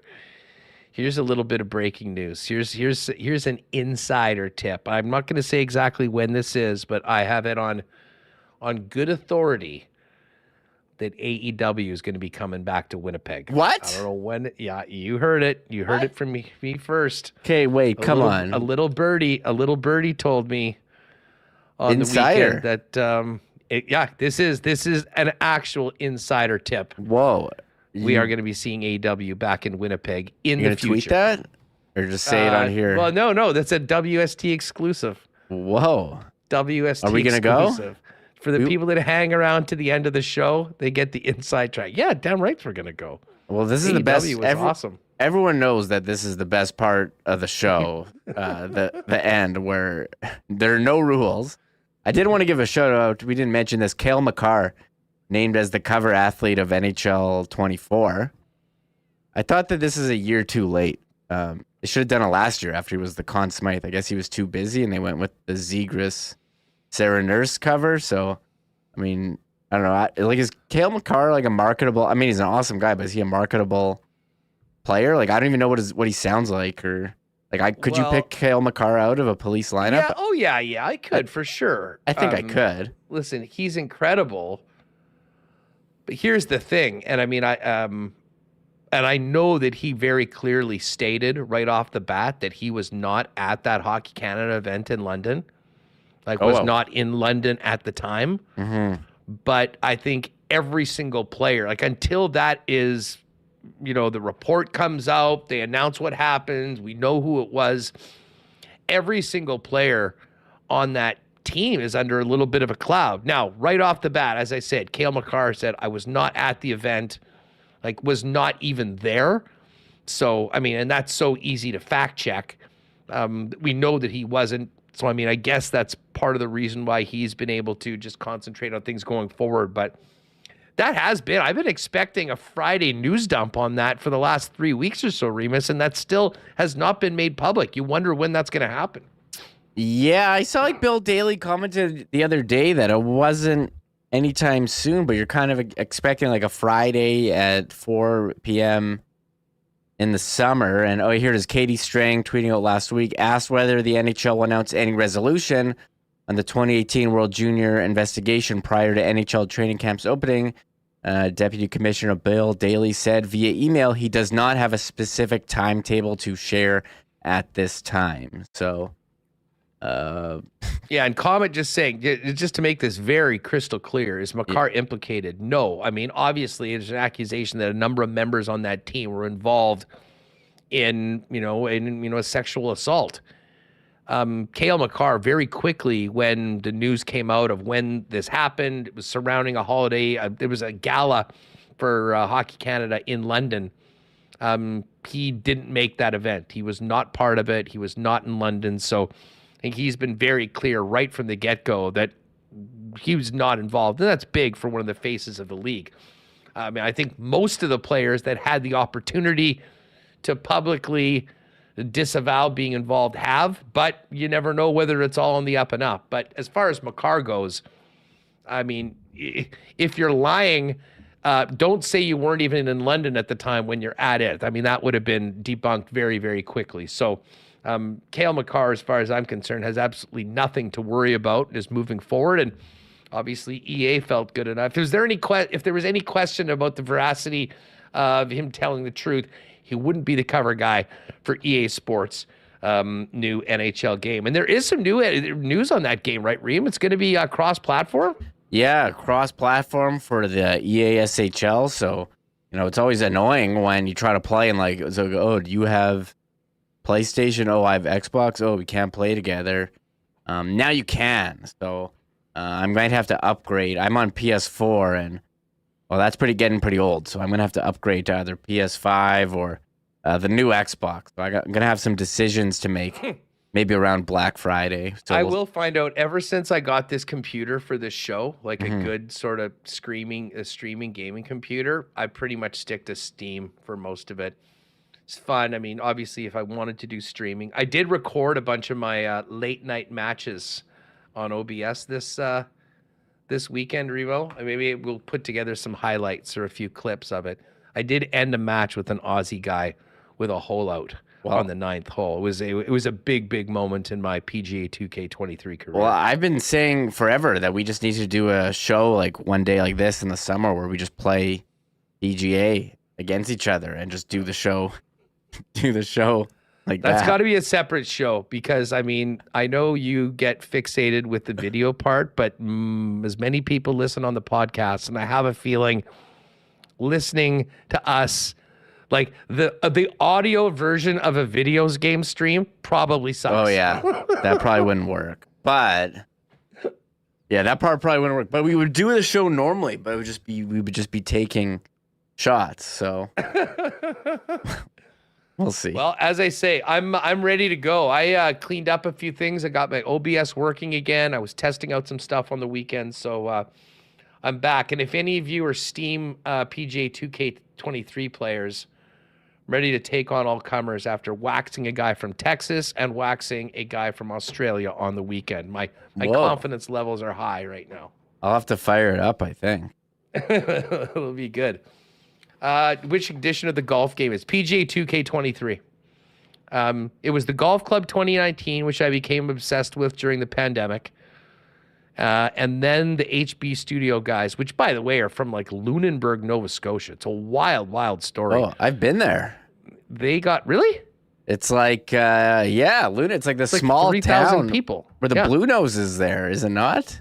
I can't. I mean, I don't know. I've never been there. I just know the HB Studios is from there. Man, yeah, Blue Nose too in Lunenburg. Yeah, I went there. We were traveling around. We went to see Peggy's Cove and all that. And we're like, let's go to Luna. Yeah, there's like one street there, and that's where PGA is. That's where HB Studios are that make this game because Crazy. The thing with the golf club technology was that they made the course designer. That was sort of the thing that made this game so cool. And then you could create new courses, and people have made, and I think if you go right now, you want to play Breezy Bend or Elmhurst or Pine Ridge, I mean, those courses have been made and you can play them. And then anyways, PGA got involved, or the 2K got involved. And I think they basically got those guys to make 2K21. And then they came out with a newer version, 2K23, which has a bunch more players and a bunch more things you can do. Anyway, I love it. It's definitely my go-to game. So, yeah, if you're on Steam, Hustlerama, and 2K23 is the game. It's probably on sale right now too, because it's been out for a little while. It was free on PS4 or PlayStation. Like I don't know if it's this month or last month. They have free games every month, and that was one of them. So. I mean, I already had it on Steam and picked it up on PlayStation as well. So it's totally worth it. The game is amazing. So, anyways, check that out and get back to me if you want to throw down. Tomorrow, we're actually going to talk a little basketball. Alex Adams is going to join us. He's been following Canada's national team with all this incredible NBA talent before they head to Jakarta, Indonesia for the tournament, and he's going to go as well. So we're going to have Alex on for the first time tomorrow, and then we'll have a little bit of an international WST correspondent at that World Cup event for Canada. Really looking forward to seeing what SGA and Jamal Murray look like in the backfield, or in the backcourt, I should say. Exciting times for Canadian hoops, that is for sure. Everyone going to Raw, have a good time tonight. Qualifiers finish out at the Tennis Manitoba Hub in West St. Paul. And then tomorrow, the full draw gets going. So if you're a tennis fan, great time to get out and check out what they've got going on. Obviously, National Bank doing some big support of tennis here in Manitoba with that location. And, of course, that event coming off the Yannick Sinner and Jesse Pegula winning the Rogers Cup events in Canada this week. But tomorrow, more on the Bombers, Zach Collaros' status, a little bit of more Jets off-season talk, and we will talk a little Canada basketball. Okay, one more thing. You just mentioned the Rogers Cup or whatever it is, the National Bank Open now. That's the clip of the weekend. National Bank Open is here. No, that's National Bank Rogers Challenger. Cup just finished. Oh, yeah, exactly. But the clip of them, the rally where Cotton Eye Joe played, I sent that to you, right? Yeah. That was Can I just play that here? This was. Yeah, you can play it at the end. I know of the show. we're delaying the show. I know I'm delaying the end. This was Pegula and Swatek were in this match, and they're rallying on a tiebreaker, and all of a sudden, kind of a big point. Yeah, kind of a big point. And I couldn't stop laughing about this. I'm still giggling. I know we got to end, but here we'll end with this. Here's how it sounded.